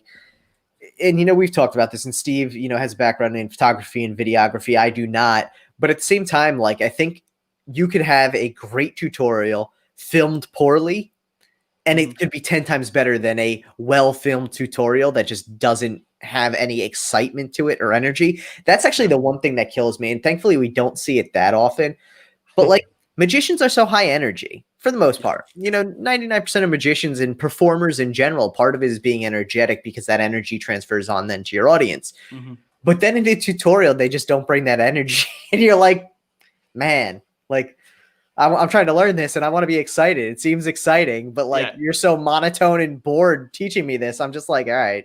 Yeah, cool. You've finally got your effect out there, something you should be proud of and excited about, tell people about. And you're like, you got to grip the cards between two fingers. And you're just like, shut the fuck up.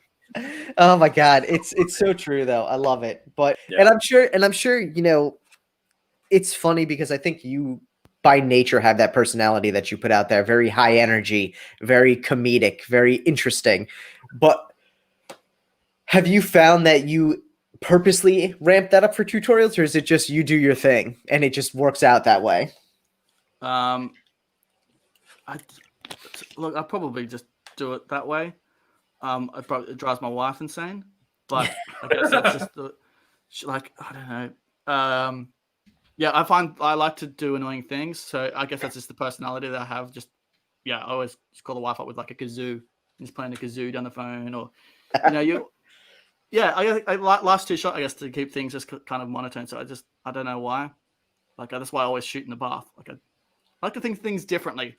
I guess that's why it kind of comes into like my social media and stuff as well. Like you look at stuff that people are doing and you're like, how can I jazz that up a little bit? I don't know. Now, what made you think of the bath? Like, how did that come about? I've always loved baths. Like, I have 2 baths a week, and if I'm in it for any less than 4 hours, I'm furious. Really? 4 hours? Yeah. What are you doing there? It's a thing. It's a thing. I like taking laptops. I take in a few beers, some snacks. Yeah, man, I love this. That sounds amazing. Good. So, here's the question. Do you shower before you get in the bath, or after, or both? Or both? It depends. Well, the bath is generally straight hot. Like if I don't get in and I don't turn red or like scald myself, get out. It's not worth having. All right. So I normally shower after because I'm so sweaty after. Right. Yeah. Like the amount of times there's photos of me getting in the bath and it's too hot that I almost faint. So I have to climb out and fall asleep, like kind of pass out on the tiles.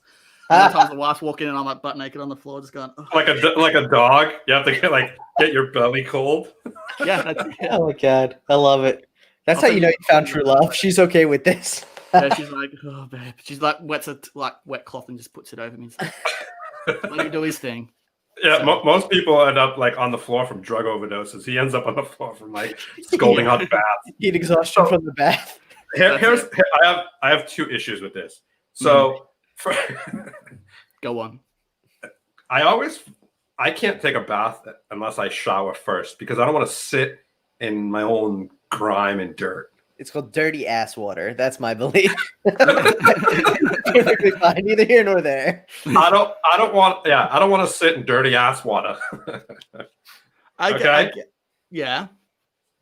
He's like, I never thought about that. No, I get where you're going, but I want to hear the other thing too, and then I'll give you my.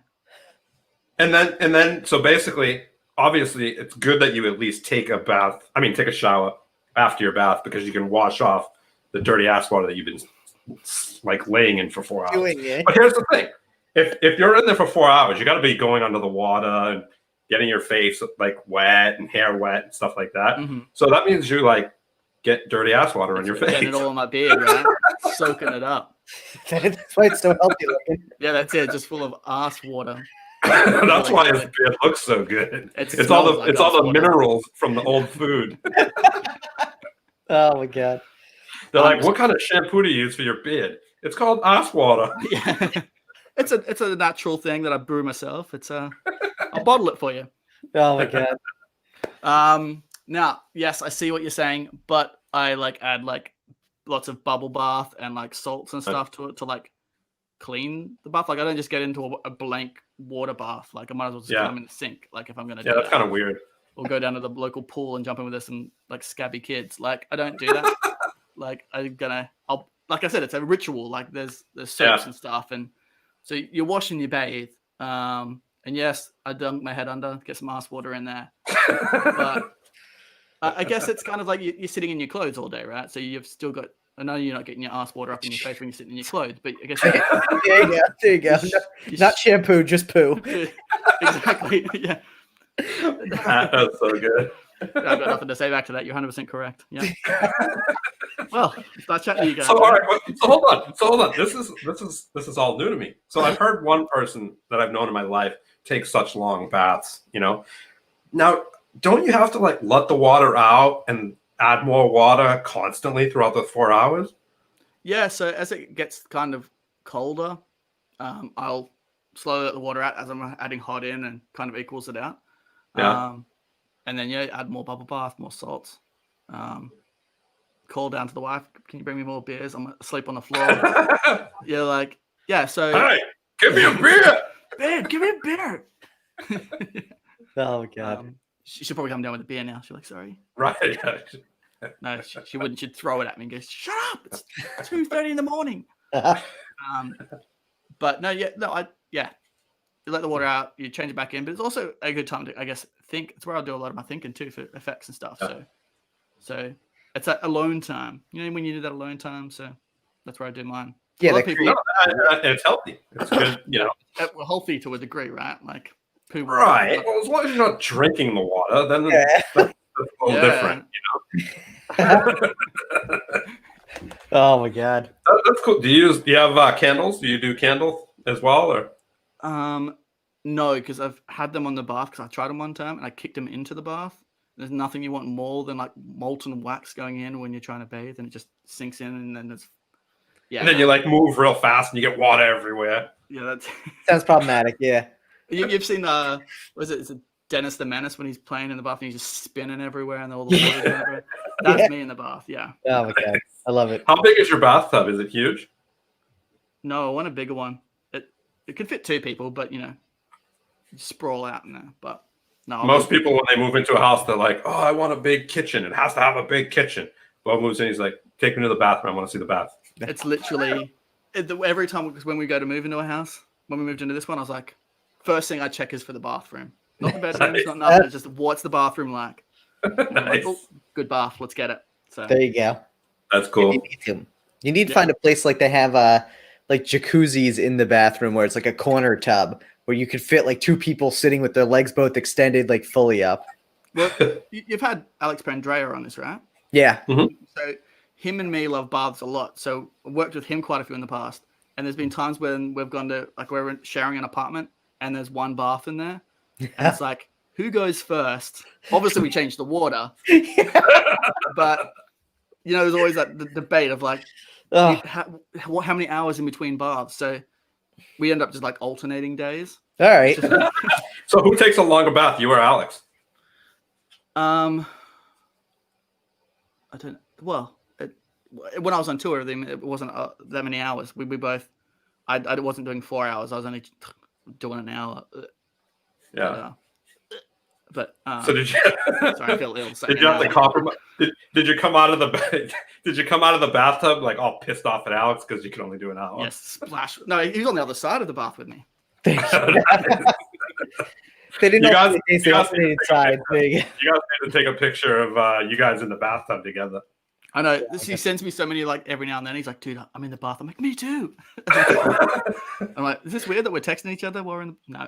No, just don't call him and talk about it. Be like, "Hey, Alex, what kind of bubbles are you using?" Oh yeah, I'm using those ones too, baby. Yeah, no. Sometimes you have a thought that you need to share with someone. It doesn't matter where you are. You just have to call or text. It's perfectly fine. Yeah, exactly. Thinking of you, all bubbled up. There you go. I hope that goes to your wife. She never gets those messages. It's always Alex or someone like, yeah, it's good. There you go. I don't know how many ideas I've come up with for like while I'm in the bathroom, because my alone time is not in the bath. It's like on the hopper. You know, it's when I need to go to the bathroom. I go to the bathroom and I'm done, but I'll sit in there for another 20 minutes. Yeah. And I'll like text Leslie from the bathroom. I'll be like, I have a good idea. Do this. Can you do this for me? How about this? And she'll be like, where are you? I'm like, I'm in the bathroom. She's like, what are you texting me for while you're in the bathroom? Oh my God. Wait till she starts like FaceTiming, like, why are you texting me all the time? You're like, whoa. Oh my God, it's too good. It's absolutely too good. Oh, but I love how everybody loves the conversation. This conversation has taken quite the turn. Well, while we're at it too, before we get too far afield here, we have a tradition on the show, which we actually talked to you about earlier, called Sniffs for Stu, where we had a guest on. No, I'm just kidding. So Sniffs for Stu. And the funny thing is that we were talking about a pre-show, and I said, oh yeah, well, there's this guy in the community, Courier Stu. And you were actually like, oh, hey, I know Courier Stu. So we've had guests say that in the past, but you genuinely mean it, so that's great. And also, this guy just pops in here. What's up, Xavier? How you doing, man? What up, Spade? Well, he obviously hangs out with Ryan Reynolds with that comment, doesn't he?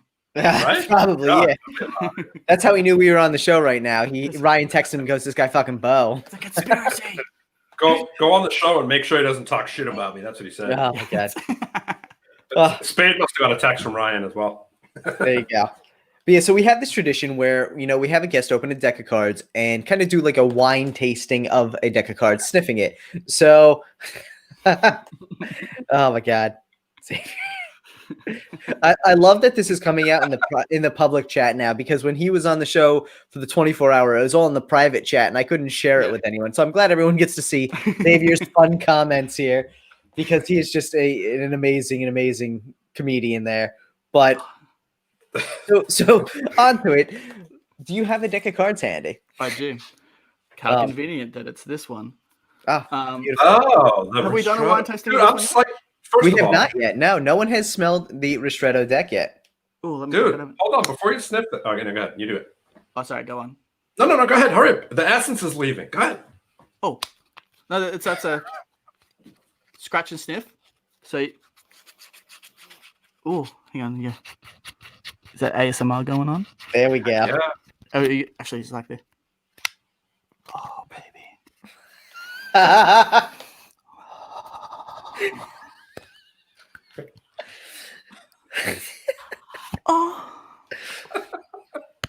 I feel like at some point in time, like your part-time job was like as a phone sex operator. Yeah.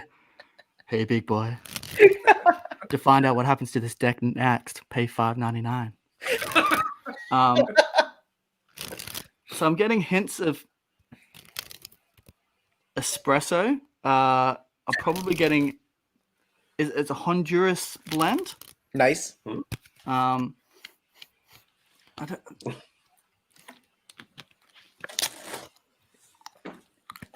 Which card is that? Which card did you just take a bite out of? have a guess. The ad card. There's no ad cards. Did you say the 7? Ace of Hearts. 7 of diamonds.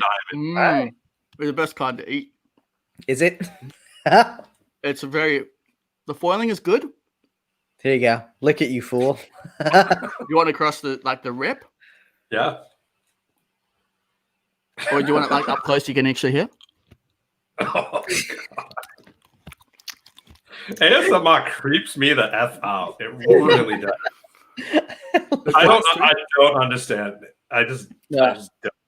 Well, so for all intents and purposes, this doesn't technically fall under the definition of ASMR, but it's close enough. Now, so ASMR, you have to have dual audio because it actually sends different sounds to each ear, and that's part of the whole ASMR experience. But I can guarantee I get the whole technical side of it, but it's still like the whole idea of it. Thank you so much, Mark. Thank you, Mark. Mark really wanted to know what happened to that card. Thank you so much, Mark. We appreciate the support. We need to start getting these cards that people bite into. You lick the glue, you nasty, delicious man, you. Oh my God. I can only imagine what your phone calls with Xavier while you're in the bath sound like. Oh, we actually had a meeting once. We were like, we need to have it when we're in the bath. We got the amount of times we jumped on the call, I'm like, let's make this a quick one, and then we talked for like 3 or 4 hours. Those are the best kind of the rabbit holes we go into. Dude, those are 100% the best kind of calls. But seriously, you need to start like bathing with Beau on YouTube, and literally just have people on that are random. Have like Spade on, have Pandrea on while he's in the tub. Like everybody that comes on has to be in the tub with you. Yes, that'd be epic. I started doing something like that. It's called Beneath the Bubbles, and I got magicians in, and half the thing was you sat in the thing and we interviewed the person and blah blah blah blah blah, and then they had to do like a trick underwater. So you both be under the water in the bathtub. That's so dope. But we'd be like fully clothed, obviously, because it's weird if you're not, right?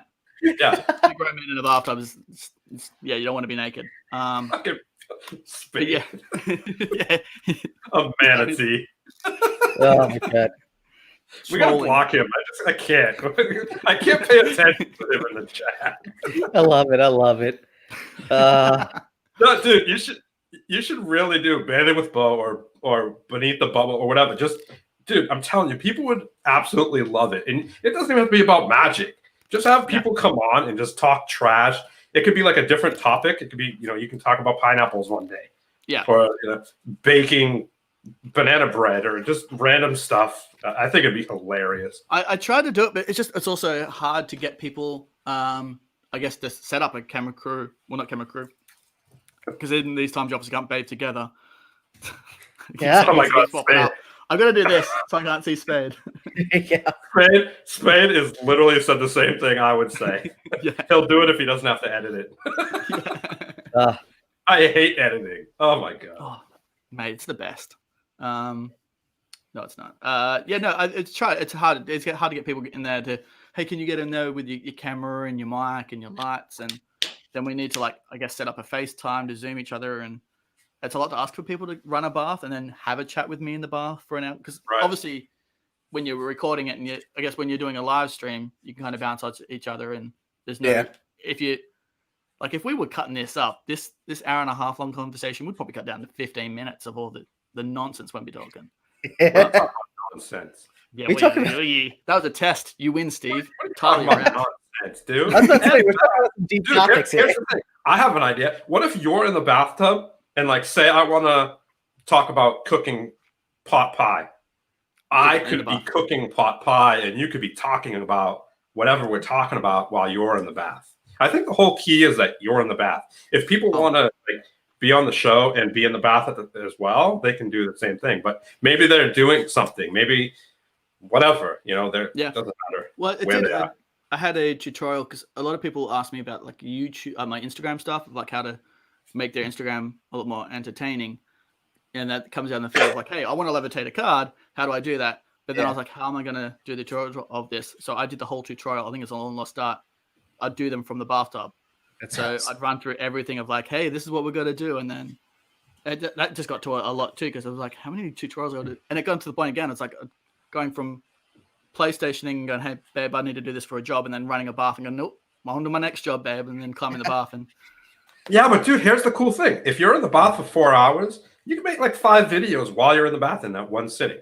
This is true. Although at that temperature, I'm so sweaty. If you watch them, there's some points where I'm just like, I'm too sweaty right now. That's great. That's the whole point of it. That's great. You should wear you can wear, like, different color face paint. So when you get sweaty, it just runs off your face.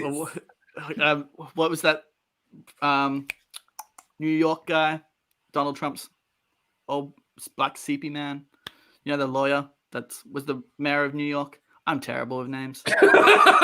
Dude, clearly we are too. Rudy Giuliani. Yeah. Did you see that interview where he was like, his hair dye ran down his face? Oh, no. He did an interview and he's like, got so sweaty that his black hair dye just started running down his face. I'd look like Rudy Giuliani. Xavier's the manatee. I'm Rudy Giuliani in the bathtub. So. There you go. All right, I found the video, so I'll link that down below as well, everybody. Who wants to check it out? It's actually amazing. I'm watching it right now, and it's so horrifying. Oh my God, it's so horrifying. Yeah, Spade kind of missed the first half of our bath talk. He said if you sweat in the tub, are you just refilling it with your own juice? Yeah, so Xavier, it's called ass juice or ass water. Ass water, it's not ass juice, but it's ass water. So that's why you have to drain and Beau enjoys it. Yeah, you have to drain and replace. But that's also why the beard is so luxurious. So yeah, well, see, that's the thing. If we did like the wine tasting of the cards, I could tell you what's in that bath water down to a T.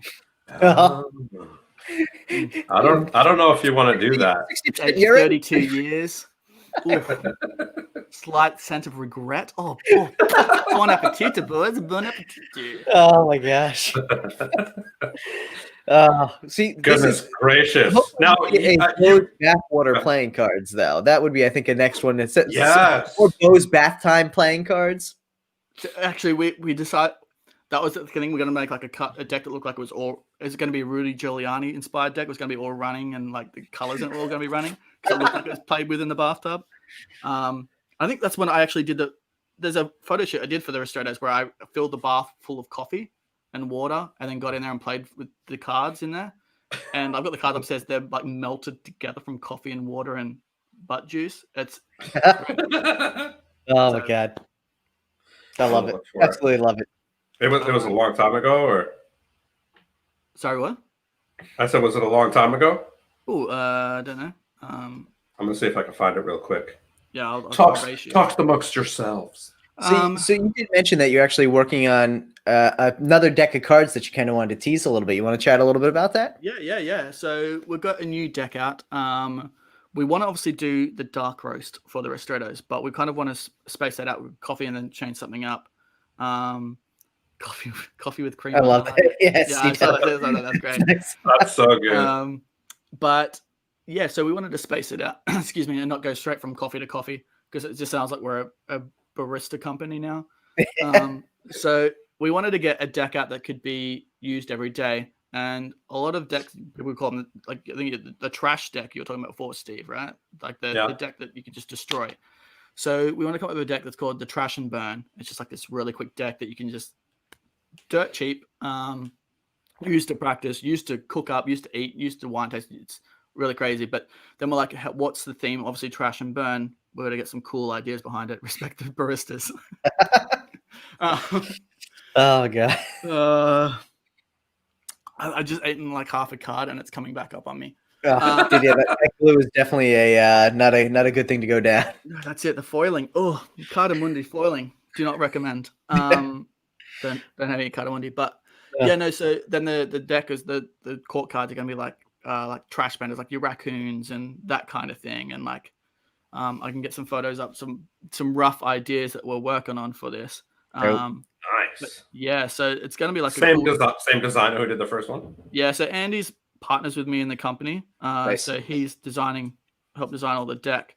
So we've got like, I don't know if that's cool. Is that a if that's focusing or not. But up there you go. Just focus. What I'll do too is I'll blow it up here as I pull the branding up. There we go. And then you got like these kings and dude, so cool. Yeah, I really dig it. So yeah, that's like the queens and then like the Jack. I'll find the raccoon boy. That's so cool. Nice.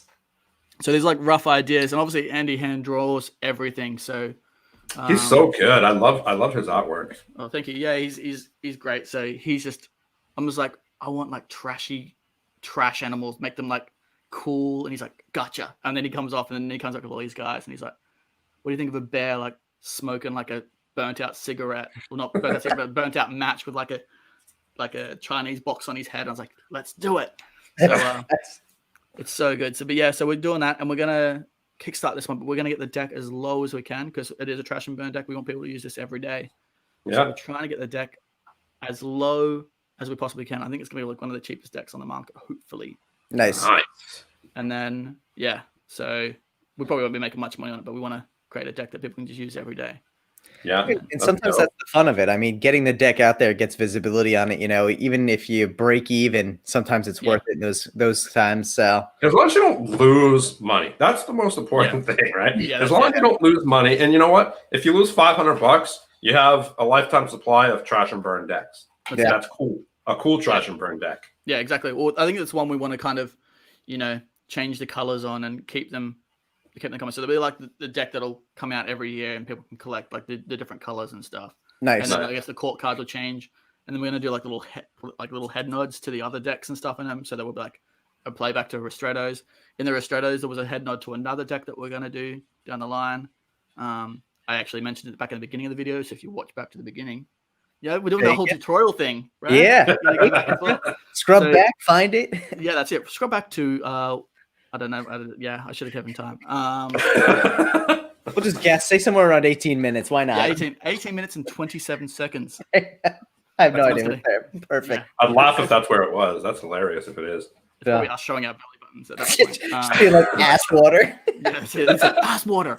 Damn it! The new Rickroll. Oh, God, yes. Actually, what time was that? That was 1 hour, 33 minutes, and 35 seconds. So we'll just remember that for the 2 hours from now when we say. Okay. Oh my God, I love it. That's so funny. Now, when do you think that this is gonna kind of be dropped on Kickstarter? Oh, Xavier. He's right. He's 100% correct. So you know what you have to do when Spade's on the show, which is that February 25th, I think. We're in February, yeah. Oh, you'll have to come on and antagonize him. Yeah. I'll come. Actually, there needs to be a place where we can share pictures because I'll just come on and share pictures of Xavier. Dude, if you just email me stuff, I'll do it. Xavier, please. 24-hour. I had like a picture of Jeremy Griffith riding Xavier's back that he mentioned. So there's like a photo floating around from like I think it was Xavier, Nicholas Lawrence, and myself, like drunk in the Murphy's party bed. You have to send that to us. Yeah, I don't know where that photo is. I'll have to find it. But yeah, it was. I think we're all drinking at Murphy's party, and we're like, "Oh, let's just all go to bed." Kathy come in, it's like, "Oh, you're in my bed." That's so good. Let's see when he is. Yes, I just remembered your question. February 18th is when Xavier is. But yeah, so you're looking for February to try and get the cards out. I took the picture naked. Oh god, it's actually just Xavier in the comments now, just trolling. Oh, we love it. Yeah, so yeah, we're hoping February. And he's finishing up the designs now. And then we're kind of on our Instagram and stuff. We're teasing it out, and then we're going to slowly like put things out and get. I guess we obviously want the backers and the people that want to buy this deck, like the people that support us. We want them to have their say as well. So if people go, "Oh, I don't like the bear smoking a burnt out match," we want to kind of make it the deck everyone else wants, I guess, as well. Yeah, so right. Again, I guess you also can't please everyone, but we want to make a no cool deck. You can't. Yeah, the thing I learned in the army. Yeah, it's the thing I learned. So I don't. We want to make it a cool, interesting thing for people. So we're gonna hopefully February, March again. So nice. Don't do it at the beginning of March. No. That's what I'm coming out with my deck. So don't do the beginning of March. Okay, I won't do it. Or we could do a crossover. Yeah. Watch your deck. We'll do a little head nod to each other and each other's decks. There you go. We'll do that. Show me your deck. I'll show you mine. Okay. I'll send you mine first. Ooh. Jesus. We'll have deck wars. Just don't show your wife, okay? Well. Oh my gosh. So we're taking that so much further. But go so on. we kind of talked about this a little bit, but what kind of gave you the motivation to get into designing a deck of cards? Money? No. You clearly picked the wrong profession there. Yeah, no, yeah, that's it. No, I love decks of cards. Like love collecting. I've got a big collection upstairs.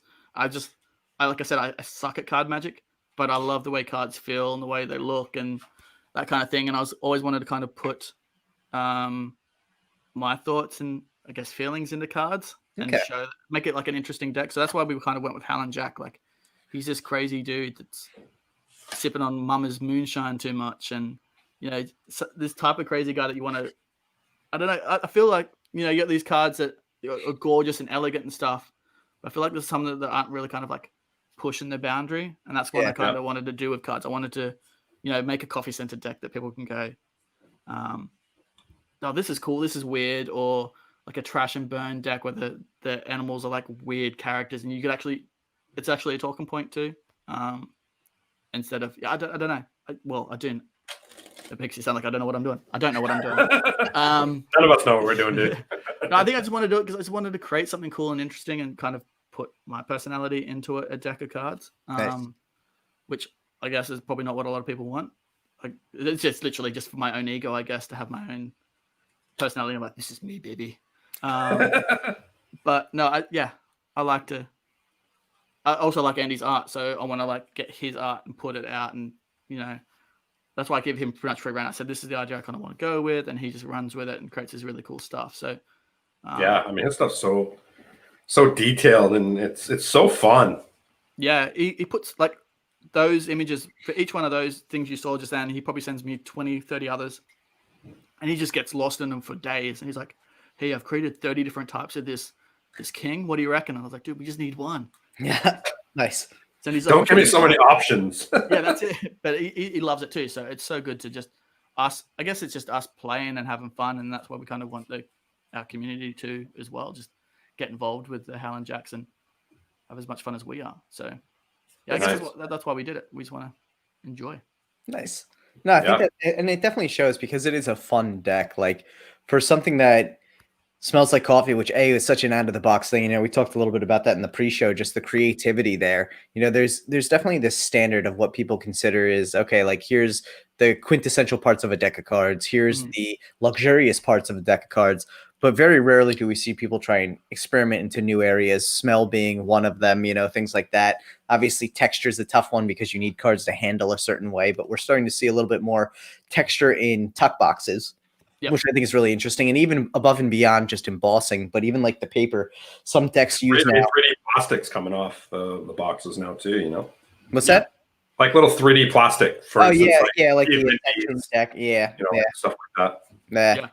Yeah. So it's really interesting to see that. I mean, coffee, obviously, you enjoy coffee, so that's why you went with that one. You obviously didn't want to be like, let's make this smell like coffee, and you hate coffee. But where did the kind of idea for the smell come from? Was that just something you knew from the jump you wanted to do, or was that just something, you're sitting in the bath and it was a crazy idea that came to mind? Again, I've always wanted to do a coffee deck, so I was like, I want to do a coffee deck. How can I make this interesting? And that's where we fell in the rabbit hole. I was like, we should make it scented. I wonder if we can make it scented. And like anyone, you ask Cardamondi, can you make them scented? And they're like, yeah, we can. How do we do that? And then we felt like we wanted to make all the cards scented, but then that fell into the way, like you're talking about handling and having a scent on the cards that affected how they handled. We had to backtrack from that. We can't do that anymore. Plus, with the scent, it also acts to allergens, so people could get affected and swell up their hands. And last thing you want to do is hand that to a spectator and then them shuffle and then their hands go boop. Yeah. So we're like, how do we change that? And then that's a good way for them to remember your performance. Yeah, it's like, this is good. They're offering to the hospital and they're like, right? You made my card go to the top of the deck. It was amazing. Put like bee essence or bee whatever it is that causes people to get allergic to bees. Put that in the cards so when anybody is like handling it, they're like going into anaphylactic shock. Oh, dude, you just call it the allergen deck. And every card is just like, it's like a tester. Dude, it's filled with different things. That'd be perfect. One of them's onions, the next one's like walnuts, the next one's bees, the next one's pollen. Well, that was the most disgusting deck ever. Well, because that was an idea I wanted to do as well for a magic trick kind of idea, where you'd have a spectator think about something and smell the deck, and would smell the card, and they could sense it. Yeah, like it'd be one card that'd be scented out of the whole deck, and it fell into that kind of. But that was obviously another kettle of fish. I was like, get rid of that idea. But so that's how we went into the center deck, and then we're getting 20,000 messages. Yeah. Tell Ryan to calm down. Ryan! It's my mom. No, it's not. She left me years ago. Well, that's not my mom. She's in the next room. Okay. With your wife? With your wife? Yeah, they're partying. It's a good time. There you go. Keep the bath warm for me, baby. I forget what we're talking about. Yeah, with deck of cards. Good fun. So I'm guessing, other than the Trash and Burn deck, you got a lot more ideas in the Dark Ristretto deck. You have a lot more ideas of where you want to go with playing cards in the future as well. Oh yeah, we have. So every deck that I go, Andy, I've got this idea. He comes back and goes, hey, I've got this other idea. Nice. He showed me.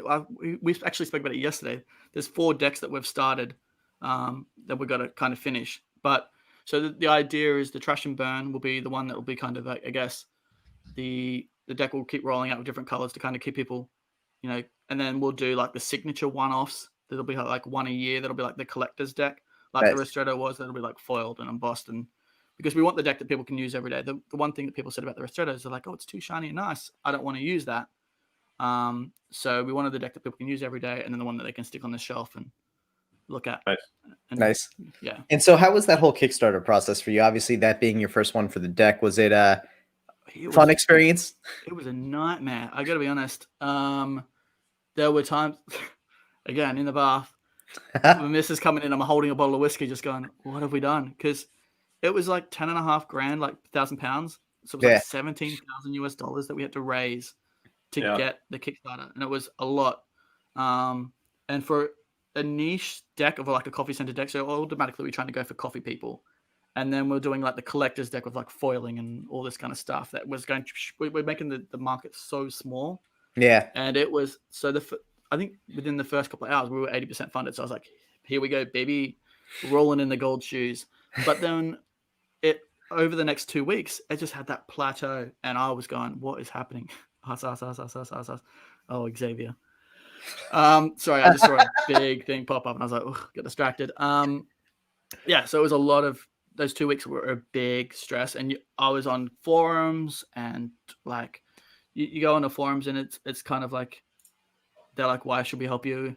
You get to those card guys that don't want to help, like no one, like again, I think the card community is a different one than the Magic community. Like 100%, yeah. Yeah, so Yeah. I had people like, I'm not going to help you, and then you're like, oh, okay. So it was hard, like you're putting spend behind it and reaching out to people and trying to get things going. And then in the last few days, it picked up, and then we went over, but I think we're like 102% funded or something. Like it wasn't a lot, but we're asking for a lot of money. Yeah. And I think I was saying to you, Tyler, the other day, I think we made like $3 at the end of it, like after we bought the deck. And then we were like, it wasn't even meant to be foiled. And we're like, let's just put that back into the deck to give back to the people that supported us as a thank you. So we spent all of our profits back on foiling and everything. And then we had to spend for shipping. And it was crazy too, because we found out shipping, because we were like, oh, look, everyone's got this really nice deck. Let's take really good care of it and put packaging on it and thicken it up and make it. And obviously, thicker packaging equates to like bigger spending. So we were like racking out twice as much for shipping. And we're like, what have we done? Yeah. People are like, oh, we got our cards. It looks really nice. Thanks for putting all that extra protection on it. We're like, yeah, no worries. So by the end of it, I think people don't understand that, like that shit adds up and adds up and adds up, and that's why, like, you know, Tyler and I do the weekly Kickstarter recap, and we're looking at some of these campaigns, and we're like, they're going to be eating literally their cards. You know, like they're going to be over their head, and that's why a lot of people like bounce, is because, you know, they put a goal of 3,500 on a 1,000 run, 2,500 run of USPCC, and that doesn't even count the shipping, you know, the 10% that Kickstarter takes, and, you know, maybe they'll do back a kit too, and that's another 5% or 2% depending on what they choose, and that they just don't realize the amount of money that it costs to put the whole campaign together. You know, they realize that, you know, they got funded at $3,800. But when it's all said and done, the whole campaign costs $6,900, and now they have to pay $3,900. You know, because they're just screwed. Tyler's now you can by accident. Now I clicked the wrong button and my camera froze. Had to drop it quickly, but I was still here and I heard it. But you know, shipping is one of those things I think so many people get caught unawares by, and it's a shame because, like, again, like something that could have been a profitable campaign ends up turning into like, all right, like. Can't be shipping it letter. It's not 30 cents a package to ship out. Like it definitely costs. And, you know, the worst thing about it too is a lot of times, you know, you either pay for extra protection or you end up paying for replacing damaged decks. So it's 6 of one, half dozen of another at the end of the day. Yeah, exactly. That's the issue. If you buy it off a store, you can choose the shipping option you want, right? With Kickstarter, you can't, like, unless you make a different tier. Yeah. You can say, hey, there's a tier for cheaper shipping, and this is a tier for like tracked and signed. And that was the thing too. We're like, do we make the shipping super cheap where people can get it for $3 or whatever shipping around the world? But then we can't guarantee that it will get delivered to you. And if people are going to spend $10, $15 on a deck, they'll obviously want to get the deck, right? So we're like, oh, we'll put the shipping up so we can track and sign it for you. And people are like, oh, the shipping's too expensive. And you're like, yeah, which we had a couple. I think out of all the ones we sent, I think we had 4 get lost. And because it happened, we shipped them right as COVID started. Like, I'm not even kidding. We shipped them all off, and then 3 days later, COVID all happened. God damn. And then we had decks arrive like 3-4 months later. Like, dude, I just got my deck. Yeah, I mean, that's Tyler must be having some internet issues. Look at that. Hey. You can thing hates me today, but I'm back. So that's the thing. It's like, I mean, obviously with COVID and all this craziness going on, dude, I literally sent a package supposed to go to Canada, and this is like a month and a half ago. Supposed to go to Canada. It's in Australia right now. Hey, what's going on? And the last date that it was in Australia was December 19th. Yeah. So it's almost a month. We don't know where it is. It was in Australia. It's supposed to go to Canada from California. Doesn't make any sense. No, it's I actually sent off a letter today that's received back to my house 4 times because it's from a place in Canada and they keep shipping it back to here. And I'm like, no, this isn't. We don't live here. No one lives here by this address. And I take it to the post office. It's literally they've got the wrong street on it. Anyway, Yeah. so not, ugh, Yeah. postage. People, crazy things going on right now. Yeah. So we actually had one that the worst one we had was probably it got sent. The guy lived in Korea, so we sent it to Korea, but it got sent back to us like 3 months later. And what had happened is the guy had moved back to America because of COVID. So he's like, oh, I thought I'd lost the deck. I'm like, no, we're happy to send it to you. Hence why you paid expensive shipping. We'll ship it to you in America now. And then like 3 months later, it got sent back to us. So this poor guy waited like almost 9 months because after it got shipped back and then back and forth, what had happened is he got his address wrong and it came back. So the package was absolutely destroyed. So we had to like replace the whole deck. And what had happened is he gave us the shop below where he lived up the top, up above this shop. And the person's like, oh, no one lives here. Send it back.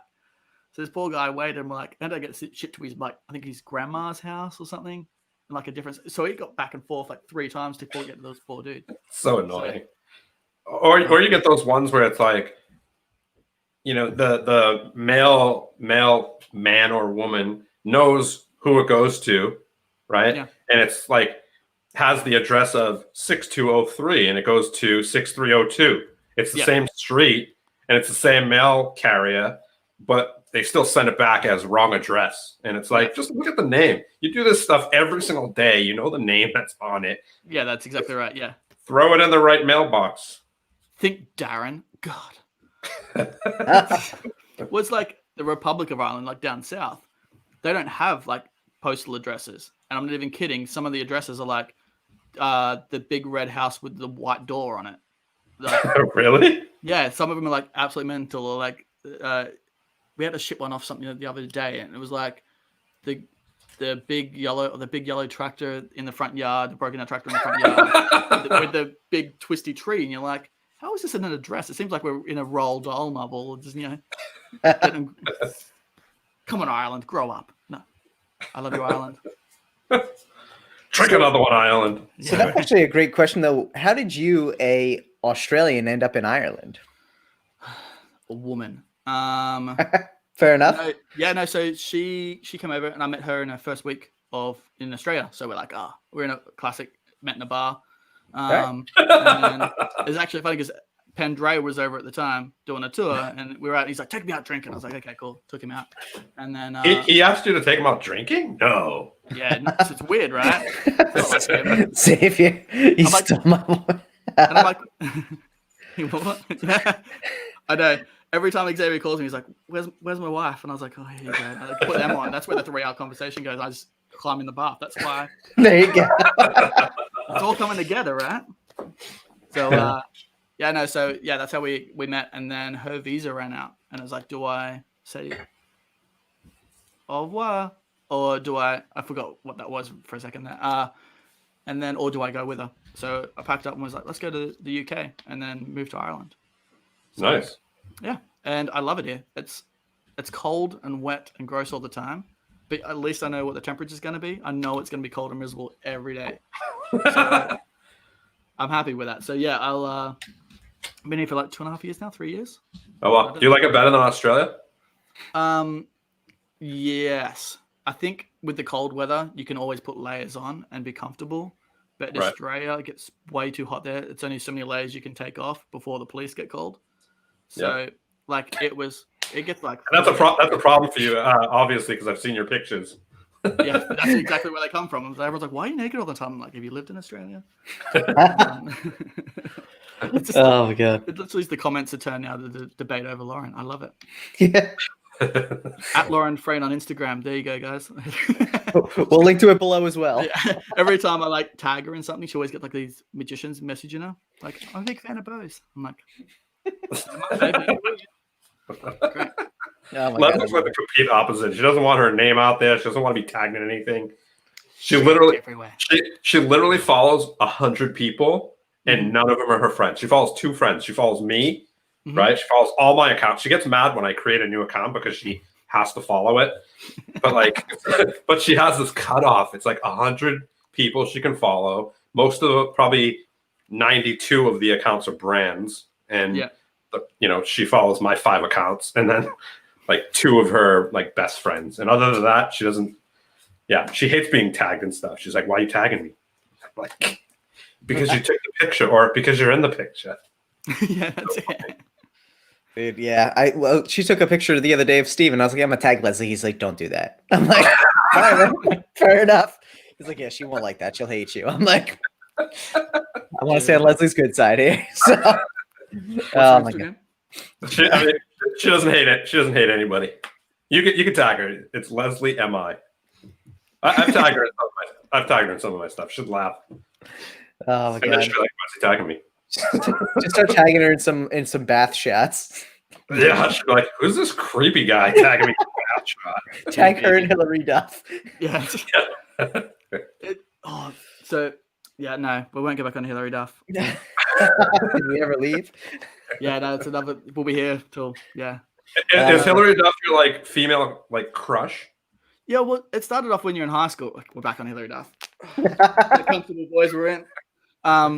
It started off when we're in high school, and when you have your school crushes in high school. I think everyone was into like Britney Spears and stuff back when I was in high school, and I loved back when I was like 8 years old. I loved the movie Casper Meets Wendy. All right. And then I saw Lizzie McGuire, and I was like, "That's Wendy the Good Little Witch." And then obsessed from there, and then. Well, not obsessed. That sounds creepy. I mean, that's kind of what it is. I was 100% obsessed. So I heard that I heard that you and Alex have a little kind of thing with Hillary Duff. Didn't he like? Steve, it's a sore moment right now, mate. Thanks for bringing this. I told when he was on the show, I told him that we were going to bring it up when you were on the show. We could not bring it up, dude. Oh, so that's where I was going to say. I was like, don't bring up Hillary Duff again. So he met Hillary in Times Square, and he shows me the photo all fucking time. That's one thing we actually send message photos of. Every time we're watching the Liz McGuire movie, we always send the photos back and forth. It's mostly in the bath, but that's fine. But, yeah, he met now Hillary. I know what you're doing for 4 hours. Yeah, that's why I get so sweaty. We watched. No, you can tell he's getting uncomfortable. He's like, oh my God. It's getting hot in here, no boys. It's so he met Hillary in Times Square, and then if you want to see a photo, I've got the photo. You got to show us the photo. Okay, so I'll tell you why we do it, and then so he always brings it up. And one time I was in like me and Alex are in this hotel. We're at like I think we're in the bed. We weren't in the bed together. We're about to go to sleep. And she Instagram something is asking a question. She's like, "Hey, do you think I should get rid of the sweater or whatever?" And what he did is he went out of his way to Photoshop the text like they were talking back and forth. And he was like talking about me. He's like, "Oh yeah, look at this." He's like, "Oh look, you just got a message from her," because it like popped up. And I was like, dude, my heart was like I started sweating. I was like, dude, what are you talking about? He's like, "Oh, we're just talking about you." Oh, look, she's writing back. And I was freaking out. He's having a field day with it. And then, so he keeps bringing that up all the time. He's like, "Hey, remember that time I got you with Hillary Duff?" And it's in my favorites because he always brings it up. I think when you guys were interviewing him, I said, ask him about Hillary Duff, why does he love? Because he loves the Liz McGuire. Yeah. He likes Paolo Vadasati. Oh, apparently Alex used to dress like Paolo, like when he was in high school. If you've ever seen Liz McGuire, if you go now and Google, not right now because we're chatting, but go and look at Paolo, and that's what Alex used to dress like. I think he still dresses the same. And I used to dress like Gordo. Alex used to dress like the Blue's Clues. You're into the good stuff. Oh my God. But yeah, so we always debate over why Paolo is such a jerk, and Alex is like, "Nah, he's the best." So, where are you, Alex? If I was Alex, I would just send you that picture every day. Oh, yeah, he's the absolute worst. He just keeps sending it to me. Or he sent it to me once, and he keeps bringing it up. Nice. I think I brought it up to. I think I mentioned when he was on here. I was like asking why Paolo. Oh, here he is. What a look. Oh my God, he is. Yeah. It's hilarious. Yeah, there he is. My God. Hang on. Oh, no, wrong That's way. hilarious. No, I'm just trying to cover him so we can. There you go. You know what you should do? You should Photoshop your face on it and then send it back to him. Oh, I did that for. Okay, so There was a shot I think it's on my Instagram. I was just going to try and find it. So there was a shot where, from the Liz McGuire movie, where she's walking down this red carpet with Paolo Versace, and the bodyguard was in the background. So I was like, all right, let's get photoshopping. So I photoshopped my face over Paolo's, and then I photoshopped Hilary Duff's bodyguard's face over top of the bodyguard in the movie, and sent that to him. And he's like, that dude looks like me. I'm like, it is you. And he just goes, I'm sending this straight to Hillary. And I was like, no, don't. It's so good. Oh my God. But, and then, because, after she got broken into, there was like the tabloids coming out of like, Hillary Duff's house just got broken into. And like, he's in the background. I was chatting to him. He's like, I got to head home tomorrow back to my wife and kids. So I photoshopped my face over top of him. I was like, if you need Hillary needs help, I look pretty good like as you. And then he sent me like a photo of like him and Hillary just going, oh. What's happening? I don't know if I'm ruining or making like the idea better of Hillary ever meeting me. I mean, honestly, at this point though, you've gotten a lot closer to meeting her than many people probably have. So yeah, but I'll probably walk up the street. Cover up that arm. Just don't show her that arm. You have to like prepare her. You have to be like, listen, I'm gonna fanboy out a little bit. I apologize. That's like a big tattoo. Yeah. Is she Go smoking hard a or go cigarette? home. No, she's drinking a strawberry milkshake. Ah, all right. Fair enough. Because why not? Kind of creepy. Oh my God. Steve, you might be on my side here, mate. What's going on? Well, I still love you. Hey, you know what? We are gonna try our best to get her to contact you. Dude, yeah, we'll figure this out. I don't know if I know anyone. Let me text her and see. Let me see if, hey, Hillary, you're probably asking why I have her. Yeah, why do you have her number? We go way back. All right. Let's see. Steve was the lighting guy on Lizzie McGuire. I did a photo shoot with her. That's how I know it. All right. So my friend Beau, well, let me backspace that because I don't know if I want to say I'm your friend because she might not talk to me anymore. I met this guy, Beau. I met this guy, Beau, that has a pretty decent tattoo of you. Have you seen it yet? Let's see what she says. It's pretty early. It's still 5:48. She says, let me back up here. Let's back up. Come on, phone. Beau is such a creep. Pandrea all the way. Oh my God. Oh dear. Once again, LoKey, you can do anything. Ask her if she likes fuzzy kisses because you know a guy. Hang on. I think she's going to respond. Do you like fuzzy manatee kisses? Who are we trying to sell her here, Beau or Spade? Well, Spade wanted me to ask her, so I figured I'd ask her. How do you spell manatee? Manatee. Yeah, I think that's right. From Beau. Here you go. Matt says I can make some calls. Matt, let's hook it up. Not from me, from Beau. Oh my God. She's not ready for land. You mean old manatee boy? Hell yeah. I love this. She's not ready for land manatee kisses. Xavier. Well, there you go. I love reading Hillary Duff messages over John Wayne. Yeah. If you look at all the promotion stuff for LoKey, it's Hillary Duff's image in the lock screen, and it's like Ryan Reynolds is the text. So good. Was there was there a Hillary Duff song playing in the background though too? Oh, okay. So every single trailer I make, even if it's for other people, I sneak Hillary Duff in. So it's funny because we were talking about it the other day, and I was sitting down with my girl, and she was like, "Why is Hillary Duff playing?" And I'm like, "It's Beau." So yeah, no. I'm glad she wasn't hallucinating, but that's plus. But yeah, no, I think she snuck in 8 times into that trailer. Oh damn! That's not even that long of a trailer. Oh, I find ways. That is amazing. While there's like that bit of like the Damien doing the master prediction box, it cuts in and there's like a little bit of Liz McGuire movie in there. Oh my God! And, like just snuck in, like just like a quick snippet. That is too good. Yeah, so this is why you love the editing. You like to get as much visibility out there for Lizzie McGuire. Probably the worst one I did was for like iLoopy Pool. It's a headphone trick, available for free. But anyway, long story short, we'll link to that down below. Yeah, links to everything. I didn't put Hillary in, and I was like, oh no, what am I going to do? So I think I spent 3 days like CGIing photos in the background on the coffee table to look like they were meant to be there, and they're like all photos of Hillary Duff, which is creepy in itself. But in the background, you can't even see it. There's photos of Hillary Duff on the coffee table that the Photoshop.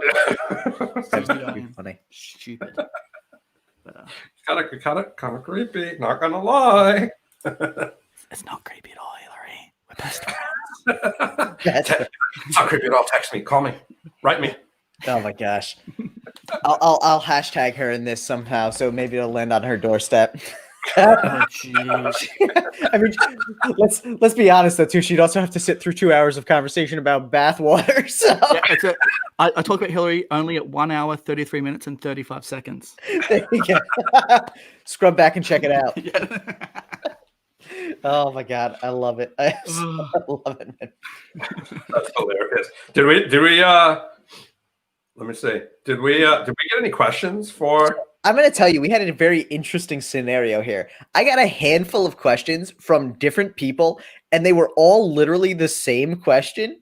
And they were, why is Beau so handsome? I'm not It was kidding. probably Beau using 5 different accounts. It was like random people who follow us, a bunch of random accounts. I swear to God, and I'm sitting there and I'm like, damn, people are digging Beau. I'm like, all right. I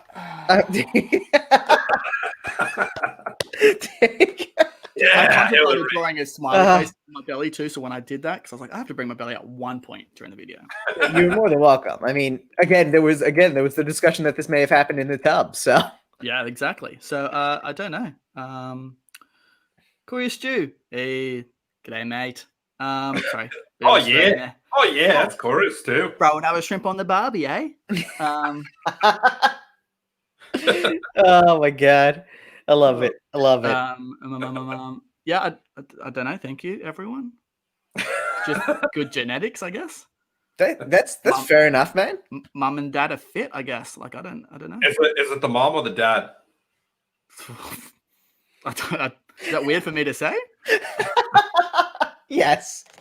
But you say you look more like your mom or more like your dad? Apparently look more like my mum, which is scary if I've got a beard. But hey. Oh my god. Yeah. So I got it from my mum. When's the last time you didn't have a beard? I've always had facial hair. Yeah. Yeah. There's photos of me online when I don't. And again, I could probably show you a photo. It's literally me in a dress because as soon as I could start growing facial hair, I'm like, this is me before I can this is the last time you see me. And I was in a dress. I've always had facial hair because I'm like, I can't not like my face is like that small. So yeah, I can't. It's Damien. It's Damien. Hang on.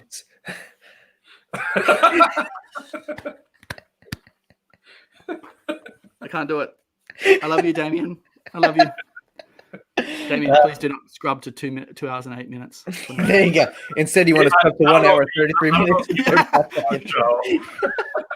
I'm gonna have to message him and be like, "Yo, check out our most recent show." I'm gonna tell you also though, Steve and I have in the works a soundboard, and trust me, ass water will be on the soundboard.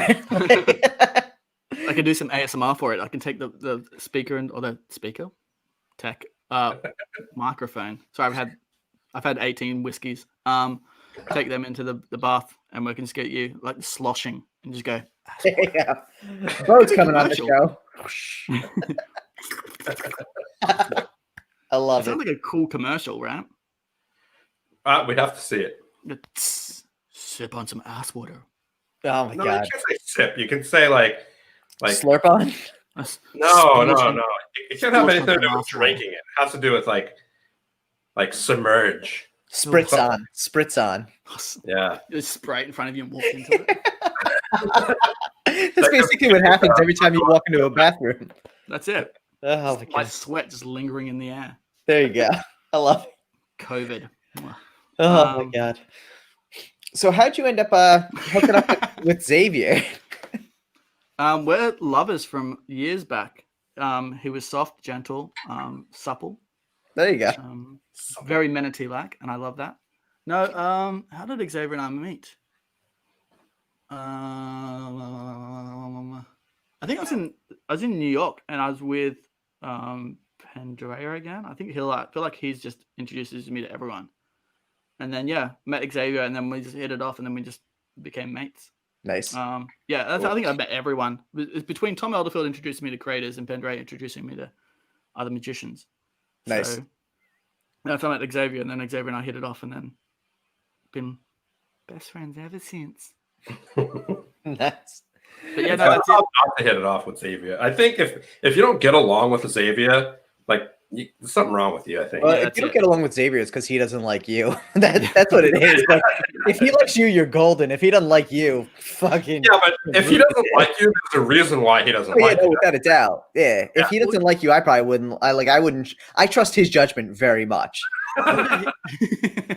Me too. Like I learned so quickly. Like Xavier's like the nicest dude. Like in New York, my first time, and I was like, I want to go check out this bar. He's like, oh, come by and pick you up. And I'm like, you don't live anywhere near me. And he was driving me around to like wee hours of the morning. I'm like, dude, you're so nice. And he'd take you out and went to like Eric Hu's bar in New York and like drinking there. And Xavier's just like, anything you want, I'll take you anywhere. And I was like, it's just way too nice. And I love that. I don't think he wants everybody to know that.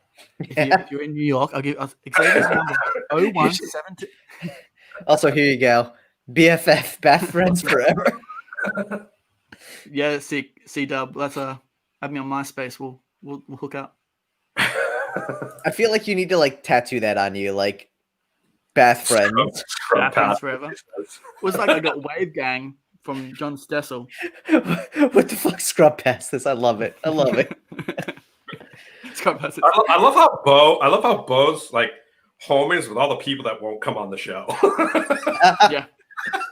Dude, that's not true. We have Xavier coming on. We have Sonia coming on. Yeah. Dude, we got some fun people who Beau's friends with. So of course. And more importantly, we have Beau on the show. Stop it. No, absolutely. Steve will tell you, I've been pumped on this one for a while. So good. Well, thank you very much. I really appreciate it. I've had really good fun, so I can tell everyone to tweet it out and let people know that you guys are actually decent human beings. So. We appreciate that. We appreciate that. They don't want to be on the show. They don't have to be on the show. You know, this is a special. There we go. There you go. The story came out. Xavier tells us. Yeah. And after, I met Beau at Magic Live when he was filming with Pandrea, and I was in an interview. And after that, me and Beau drank and talked shit for hours. That sounds delightful. I have to say.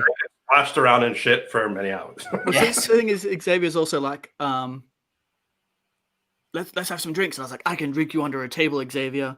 Yeah. No, not that case at all. No, you don't. Yeah. I learned many years ago. Not first off, I'm fucking like 5'6", so I can't drink anyone under the table. I got no body mass to retain that. Yeah. But he's already under the table. He's so short. I'm like 2 drinks down. I'm like, thanks, Steve. You know you're short when I could say that. I'm only 5'6.5", so.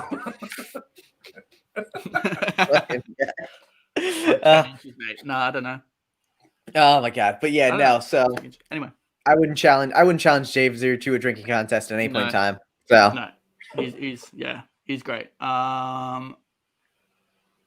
He wanted us to scrub past this. What were we talking about before that? We were talking about how you met him. No, he was talking about him driving people around. Oh yeah, being nice. Yeah. My friend owned a bar and he tried to get me drunk and ran out of drink. I don't drink. I told him to stop because it's not worth the money. Dude, fair enough. Like, listen, props to you for that. I cannot drink like I used to. So it's part of getting old. Mm-hmm. That's how it goes. I've actually never been drunk in my life. I'm serious. What? He's laughing like I'm lying. Yeah. I thought you were just laughing like, and then you pull up a bottle of whiskey and you're like, got your boys. Yeah, no, I've never been like buzzed in my life. Mate, it's overrated. It is. Yeah, I trust me. I took care of a lot of people who were buzzed and drunk. Yeah. Your body doesn't bounce, especially as you get older, your body doesn't bounce back from it. Like when you're like 19, 20, 21, 22. That's when you can like do it and bounce back because your body's just like used to taking shit. Yeah. But dude, as I got older, I can't even bounce back from sleeping. I get out of bed in the morning and I'm like, oh. Steve will text me at like 7 o'clock his time and be like, yeah, what's up? I'm like, not much. Then I'm like, how you doing today? I don't hear from him for like 3 hours. I'm like, yo, you good? He's like, yeah, I went back to sleep. I'm like, what the fuck, man? I'm like, all right, cool. Like, oh, what that's you because doing? I went to bed at like 3 a.m. You're not taking enough baths, man. I'm telling you, after this, like my weekend, I've now slotted in at least a 2-hour bath. I'm gonna try this. No, he won't. He won't be in there for 2 hours. I'm gonna try. You might as well try 20 minutes first. Just try that. It takes 20 minutes to fill the damn tub up. Yeah, but dude, you'll get bored. He's. I feel like Tyler can't just sit down for 2 hours and. I'll bring a book. Yeah. So yeah, if you're gonna sit down, if you're one of those people that got to fiddle, take something in. That keep it clean. Take something in and just like distract yourself with like a movie or something or a book or it's if you can't like relax and just chill, make it an event. So all right, I think I can. I'll do my best. I'll see what I can do with it. So everyone I know who loves baths says they're relaxing. I don't know. It's all about the bubbles, man. You need good bubbles. Oh yeah. Yeah. And I actually dig baths. The only problem is I have to make sure the bath is clean first. Mm-hmm. So like I'd have to make sure that I clean the bath before I go in. Not that my bath's like disgusting, but I just need to make sure that it's clean. I need to make sure that I take my shower first. But the problem is I like having candles. That like helps relax me. Mm-hmm. And like my girlfriend doesn't like candles. She hates like scented stuff. So I can't really use candles. It throws off my bath game. Just get like plain unscented candles. What's the point? That's like useless. Agreed. She loves that. She's like, oh, can we get this one? I'm like, it doesn't smell like anything. She goes, yeah, that's perfect. Just like a 6-pack of tapers. Dude, like, trust me, like shopping for dish soap, shopping for like detergent, all that stuff. You need to like smell. I'm 100% about the unscented detergent. I can't do like detergent smell because then all I smell all day is whatever the laundry detergent is. I hate unscented stuff. I need to have a little bit of freshness to it, Yeah. I 100% agree with you, Steve. Sorry, Tyler. No, it's fine. I have a very sensitive nose. So for me, something about like soaps and detergents smell a long time. I love candles though, like scented candles, but I go for more like earthy tones. So like, it's gonna sound like weird, like moss. Earthy tones. Yeah, like things like things that really smell like natural, like woody and things like that. So like Dracar. Yeah, there you go. Yeah, Dracar Noir, right there, bam. But no, dude, there was about the whatchamacallit, what was it? Yankee Candle used to have Midsummer's Dream or Midsummer's Dream or Midsummer's Night. I know one of them, but it literally smelled like Dracar. And I remember when I was like in high school, I used to buy it and be like, ugh, my room smells like Dracar. And I smell like Lynx Africa. Oh my god, I love it. Yeah, I'm just glad we've all outgrown the whole smelling like Axe body spray. So, no offense to anyone out there who's still wearing Axe body spray, but dude, nobody should be wearing that stuff. I actually no offense to whoever's wearing it. I had like Axe body wash the other day because my regular body wash ran out, and I was like, oh no, I'm in the shower with no soap. Like, this is a fucking waste. So I like reached around like to the medicine cabinet and grabbed whatever I could, and it was a bottle of like 5-year-old like Axe body wash, and I started to use it, and it was like obnoxiously scented, and I was like, nah, threw it right in the garbage. I'm like, I'm gonna go get like a bar of like Dove soap out of the sink. I'm like, fuck that. So I'd wash myself with dish soap before I wash myself with Axe. You heard it first here on Deckin Around. Oh my god, Bob. We should create an Axe deck. Yeah, and we spit on it. There you go. Make it scratch. You can definitely make it scratch and sniff, though. Oh, it wouldn't sell, would it?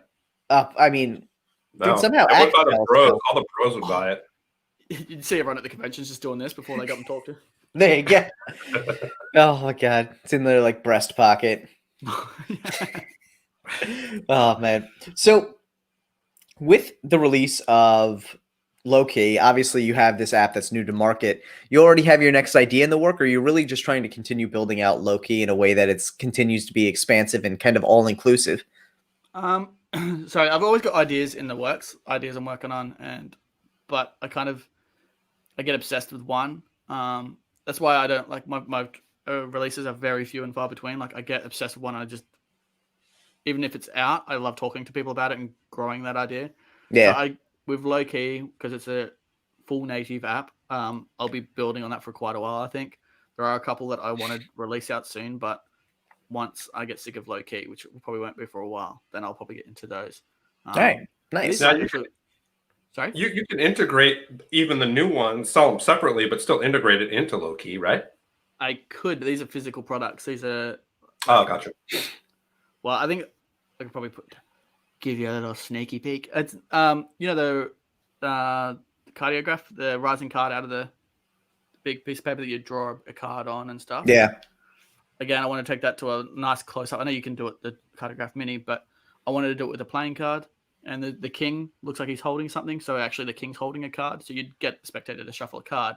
And then you could actually go, the king's holding your card. Is this your card? And they're like, oh, no, it's not. And then you go, what was your card? And you think about it. And then you see it rise up out of the image that the king's holding. And then that's you can really cool. the card out for people to look at. That's really cool. But yeah, it's that'll be released next week on Penguin. Now someone's going to steal it, but that's fine. It's already on Alibaba, I'm sure. That's it.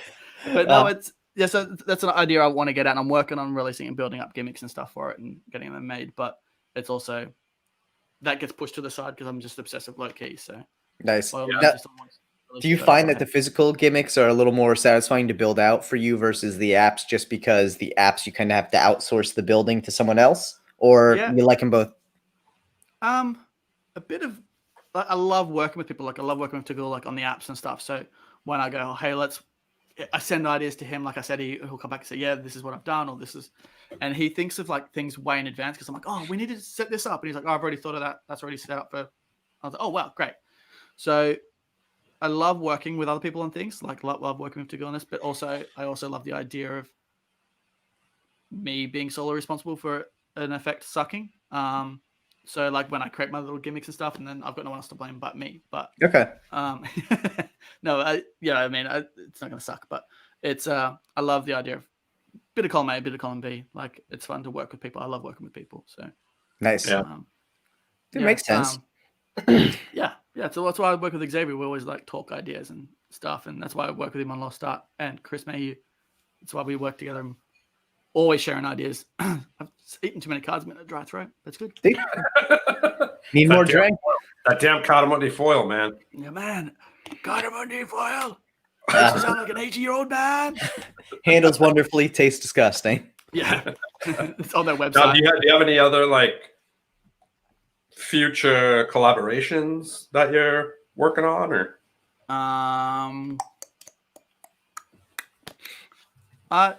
Me and Mark Calabrese are working on something. Did somebody say Lost Art? Yes, Lost Art. Available at lostartmagic.com. Okay. We're going to be linking that down below as well, because everyone should go pick up LoKey. So yeah, that's it. Okay, lostartmagic.com. Yeah. Yeah, boy.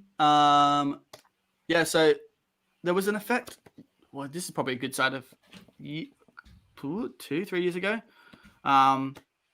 Mark Calabrese and I met in New York, and we're talking about this idea, and he's like, oh, I've got the same idea. And we kind of jammed on the idea, and now he's finally hit me up again and said, hey, we should release that. So I think me and him are working on that release. So that should be fun. Apart from that, not really. Do you have like a person that you want to collab with? Maybe like a future collab that you want to make happen, other than Hillary, of course? Reynolds. I don't know.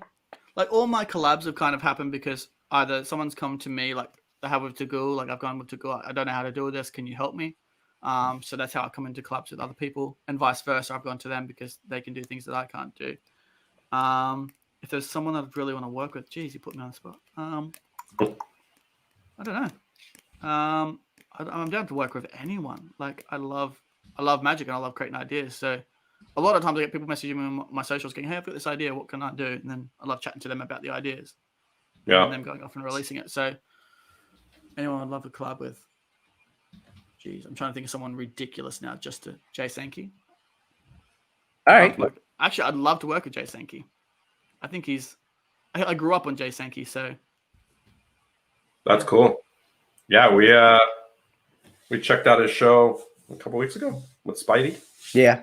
Oh yeah, good. Yeah, when he had Spidey on teaching a tutorial. Yeah. Ooh, nice. You know, Jay's a amazing performer.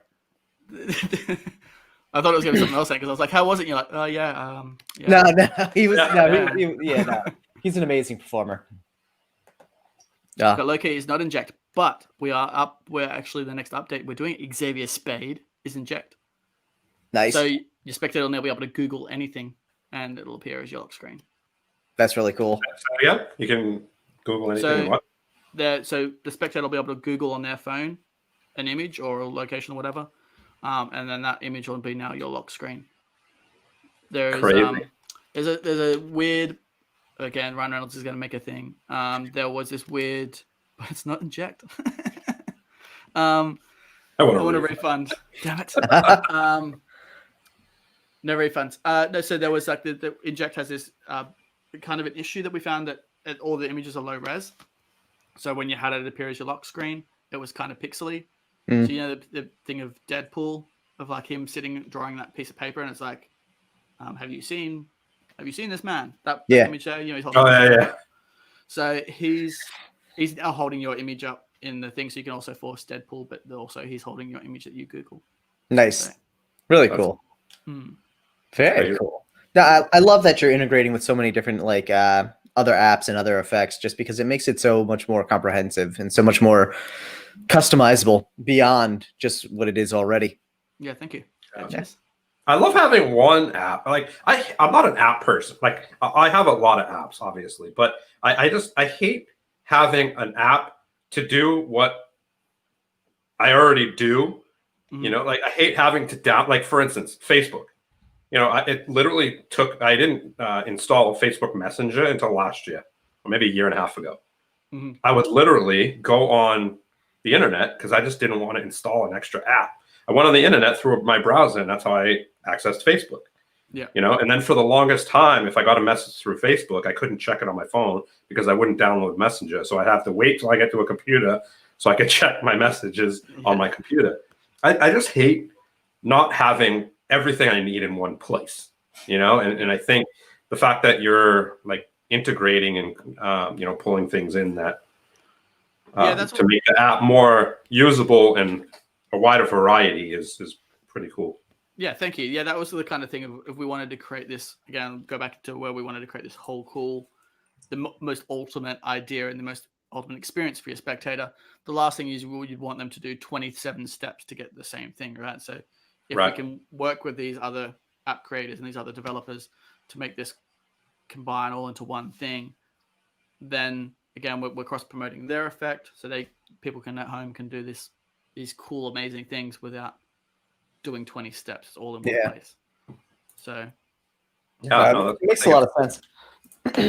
I like the way that goes too, because it does make the app side of Magic, I think, a lot more legitimate now. You know, I mean, I think it's getting there on its own naturally, but allowing all that integration and that cross collaboration between it is just going to get it there even quicker. And obviously, like I said, you know, earlier, the idea that the phone is something that we have on us all the time now really just makes it so that you always have your, you know, box of tricks with you, for lack of a better term. So, you know. Yes. Yeah. I think that's what people want, right? Like you said, you can carry a deck of cards on you and have like a billion tricks to go. Yeah. But also having your phone on you, you can have multiple effects ready to go in that as well. And everyone carries a phone on them. Yeah. Yeah, no, absolutely. And it's I was looking at comments. I'm sorry. That's me. Steve is distracting. It's that was to remind me so I didn't forget. Okay, cool. I just saw popping. I was like, "Hey, what are you asking me?" So our viewers know what's going on. We have a private chat here that we can like talk back and forth. And basically there's just something that I wanted to ask him. So I just kind of threw it in our private chat, so I didn't forget. So that's kind of what's going on. Yeah. So it was my fault that I confused them. So I apologize. It's fine. Steve's distracting. We get used to it. But, oh my gosh. Well, guys, Sure. do we have any questions that anyone from the chat wants to ask? I know we had a couple come in earlier. We all know though now how handsome Beau is and how we got there. So, we need a different question this time around. If anyone has one out there. But while we're talking about it, Beau, are there any other projects that you want to talk about? I know we had talked about your new streaming channel, which is it's a streaming and unboxing channel, right? Yeah. The thing was we were going to be like full gaming, but we also didn't want to like limit ourselves. So it's reviews. It's going to be like unboxings, that type of thing. So yeah, it's going to be, at the moment, it's all gaming and unboxings, but yeah, we're going to try and adventure out. Nice. Get creative and explore the world. And we will definitely link to that down below as well for anyone who's interested in checking out. Equivoque. That was exactly, I see it. It's funny. I knew the name, but I got sidetracked because I was actually pulling up the link for it so I could drop it in the chat. But Twitter looks weird on my thing right now. So I'm also not going to get sidetracked there, but I will do that at the end of the day. But yeah, anything we talked about tonight, obviously will end up in the comments down below. So guys, make sure to keep an eye out for it. But yeah, so I think it's interesting though, how kind of you've taken this time with the pandemic to, utilize your app coming out, the idea of streaming with Damien and all these other ideas. Has it been kind of a change for you, or have you always been more of like since you're, a gimmick maker, have you always worked a lot from home? Yeah, that was kind of like a big thing with people while when lockdown first happened, like, how are you handling it? I've worked in my underwear in front of my computer for like the last 10 years.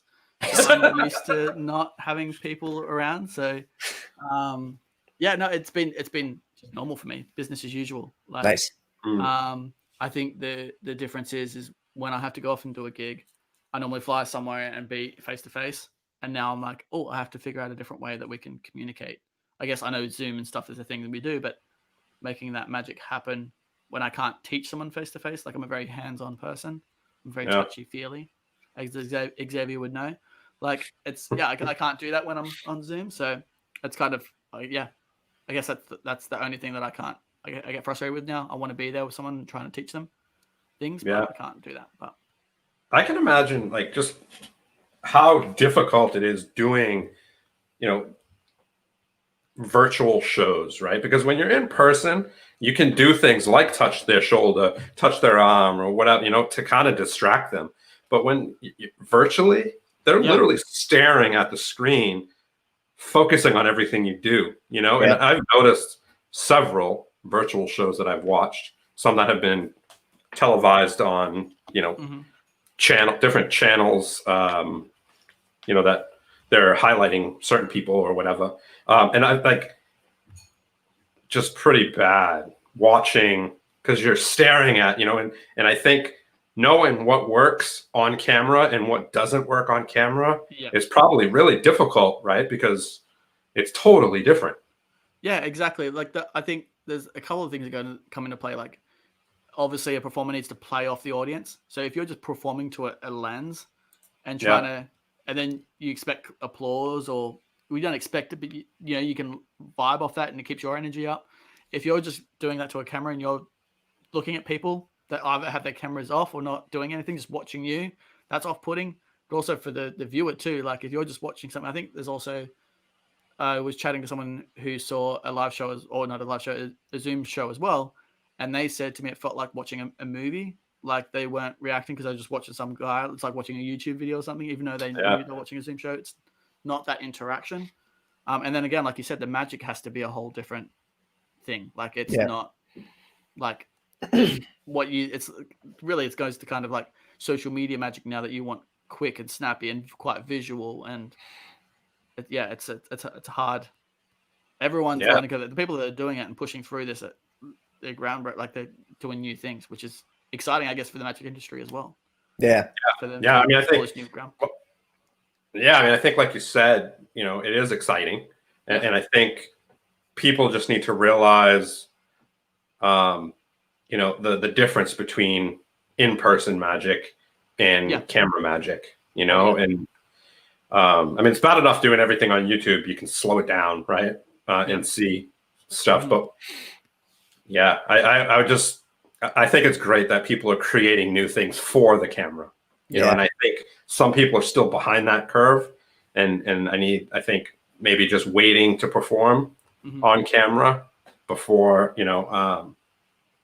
just so they can understand kind of the concept and the difference between the two. You know, I think if you were a street performer or if you're, a power performer or something like that, it's going to definitely be different in front of the camera. You know, definitely look over your routine and change it if you have to and stuff like that. I think a lot of people are, doing it successfully because they have done that, and then you have the people who are, I think, kind of doing the same thing, expecting it to work the same. And like you said, it's totally different.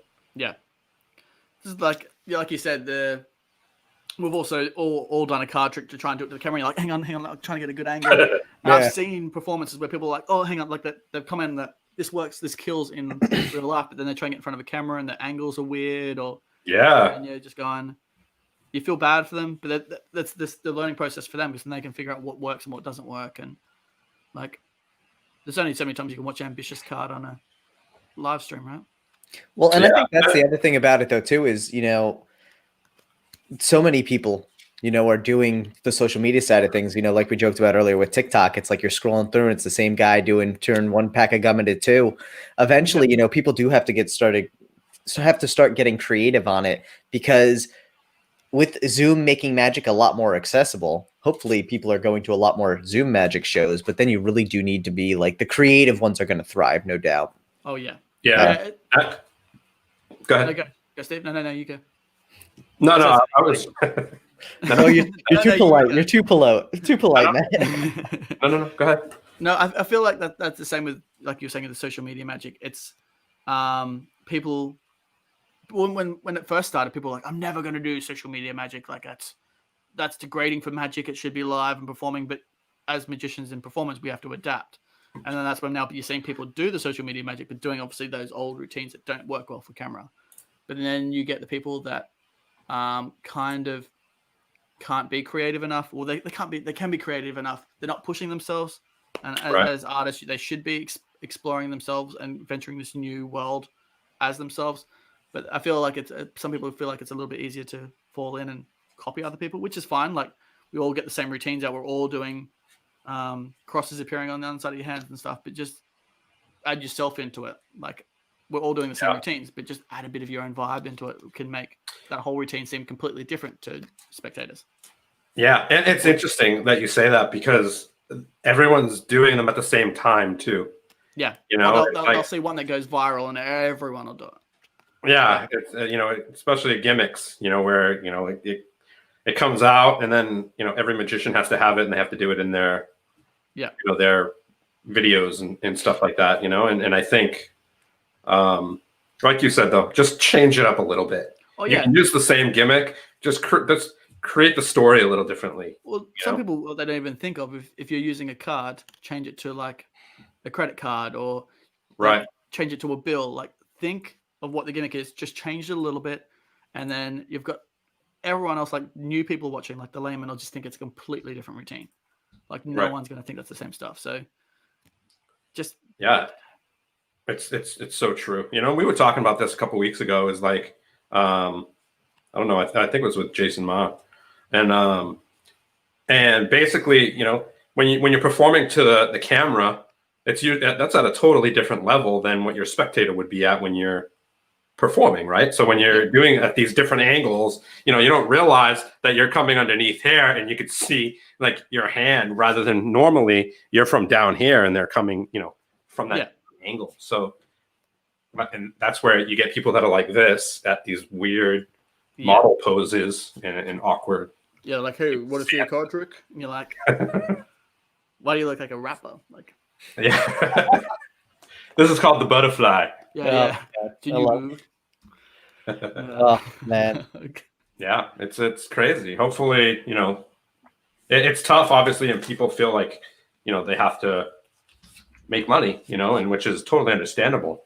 So they're doing what they know, and just like you said, just definitely switch it up a little bit, do a little extra work, and get a bit creative, have fun with it. That's the whole point of it, right? Yeah. So, yeah, I think just if I think it's one of the things I always like. The first thing I learned in Magic is if you're believing that the magic's real, the spectators are going to too, obviously to a degree. But if you're going, if people can see you enjoying yourself in this video of you on social media again, Matt Tarrant, if people can see you getting excited in the magic on the video, they're going to enjoy it too. Like right now, people are watching this to like kind of escape, right? If they're stuck in lockdown, they're watching this kind of thing to get taken to this whole new world. I guess it's for like 15 seconds of watching you do a snap change. But if you're watching you enjoy it, they're going to enjoy it too. I think it's why you get people going viral, because you will also enjoy that personality of watching that person do that snap change, right? Yeah. So, boom, baby. We're back. So, yeah, I think that's it. Just enjoy yourself. I think if you're going to create magic and be different, I think we're going to, Yeah, even if it involves bags of milk, right? Yeah. Bao's gone. He's left. He technically said. Dude, no, Bao's here even when he's not. He'll watch this later. We'll get a comment. Spirit of Bao. I'm sure he's in here. He's just listening, making sure. A 15-second snap change. Holy shit, that's a long time. Thank you, Xavier. Oh my god, I love it. My favorite thing is when you don't know that someone's in the chat because they haven't said something for the longest time, and then all of a sudden they just chime in. And you're like, oh, they're still here. Xavier's just watching in like the dark. I bet he's like in a dark room right totally. Now. Yeah. I love it. The monitor screen just lighting up his face. Is anyone like weirdly excited about that? Did you see 24-hour episode when he came on? I saw it come on for a little bit. I'll try to keep coming on as like screen super dim. I try to come on like with like my mates coming on, or even randomly, like I'd see people come up, trying to tune in, but I didn't. What was he doing? He literally did that when he came on. Everything was totally dark. Yeah. Oh, really? You could hear his voice, and then all of a sudden he starts lip saying. So if you watch, I think it's part 3 of the 24-hour episode, which is up on the YouTube channel, it starts with him. Like, it's perfect timing. He started the final episode of this, and it's fucking spectacular. It's everything you would expect it to be. So it's amazing. I'm going to watch that straight after this. The best part about it is he came back on at the end of the show, too. He popped in, and I was like, guys, I want to come back on. We're like, hell, come on. You know what's funny? It was because we took that quick breather. We were playing the Sniffs for Stu. I took a quick breather. We'll just call it that. And I get a message being like, can I come back on? And I'm like, shit, yeah. Like, all right, man. Let me just wrap up here and I'll put you back in. I love that. Oh, that's so good. But guys, last call for questions in the chat here. It is mad late, and we do want to let Beau get some sleep tonight. Beau, honestly, we had a blast, man. We appreciate you coming on. This has been a fun time. I feel like we dove into the deep end real quick with some Hillary Duff and bath talk. Got to Magic eventually. But dude, again, that's what it's all about. That's one of the fun parts of having our own show is we can talk about whatever we want, and people tune in. So nobody can do anything about it because it's our show. Yeah, that's it. But thank you so much. Yeah, no, really, thank you so much, man. We really do. Thank you so much for having me, and thanks everyone for tuning in. It was actually really, really fun. So, and for anyone who's out there, John wants to know what the big inside joke about snap changes on this channel are. The only magic I can do is a snap change, and it's mediocre at best. And I'll say it really quick. Basically, it all started on Tyler's Instagram. He did a snap change one day, and he literally scared myself.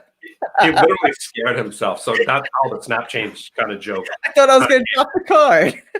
He was literally like this, and he was like, "Yeah, there you go." Robert wants to demonstrate. Off you pop. We don't have time. Next time. I'll drop a link somewhere. I'll drop a link somewhere to that post. You can all go watch it on my Instagram and see me get scared of the snap change. You'll also see me without a beard, so it's a twofer. But guys, stick around real quick. We're going to do a quick word from our sponsor here, and then you're going to find out who next week's guest is. So let's check out this sponsor roll. Hummingbird Feathers mimics the shimmer of a hummingbird in motion. Meticulously created with a specialized printing process using multiple holographic foils. Stunning tuck design and sculpted embossing with master letterpress creation. featuring limited, standard, and gilded 3-deck sets. Pre-order yours today at marvelousdecks.com. Well, guys, hopefully everyone's excited. Next week, we are going to be having Sean Farquhar on the show. Should be a banger. We're really excited about it. So if you don't know Sean, there'll be a link below as well to his website and his Instagram. Check out his stuff. If you don't know Sean and you're if you don't know Sean, you don't know Magic. Yeah. I was going to say, or you're very new to Magic, you should definitely check it out. But it's going to be a really exciting episode. And honestly, this was a really exciting episode. So if you tuned in late or you tuned in now, make sure to scrub back to 1 hour, 33 minutes, and 35 seconds. Check it out. And then go back to the beginning and watch the whole thing. Yeah. But guys, we had such a fun time. Thank you so much, everyone, for coming out. And especially thank you, Beau, especially considering it's now, almost 4 a.m. by you. Yeah. So we really appreciate it, the time, man. And it was a blast getting to know you. Yeah, thanks so much. I really appreciate it. It was good to chat. Stick around. We'll say goodbye, our last goodbye in the after party. Yeah. And for everyone else, enjoy your evening. Thank you so much for coming out. Make sure to like the video and subscribe to the channel if you haven't already. And we will see you next week for another episode of Deckin Around. Peace, y'all. Bye.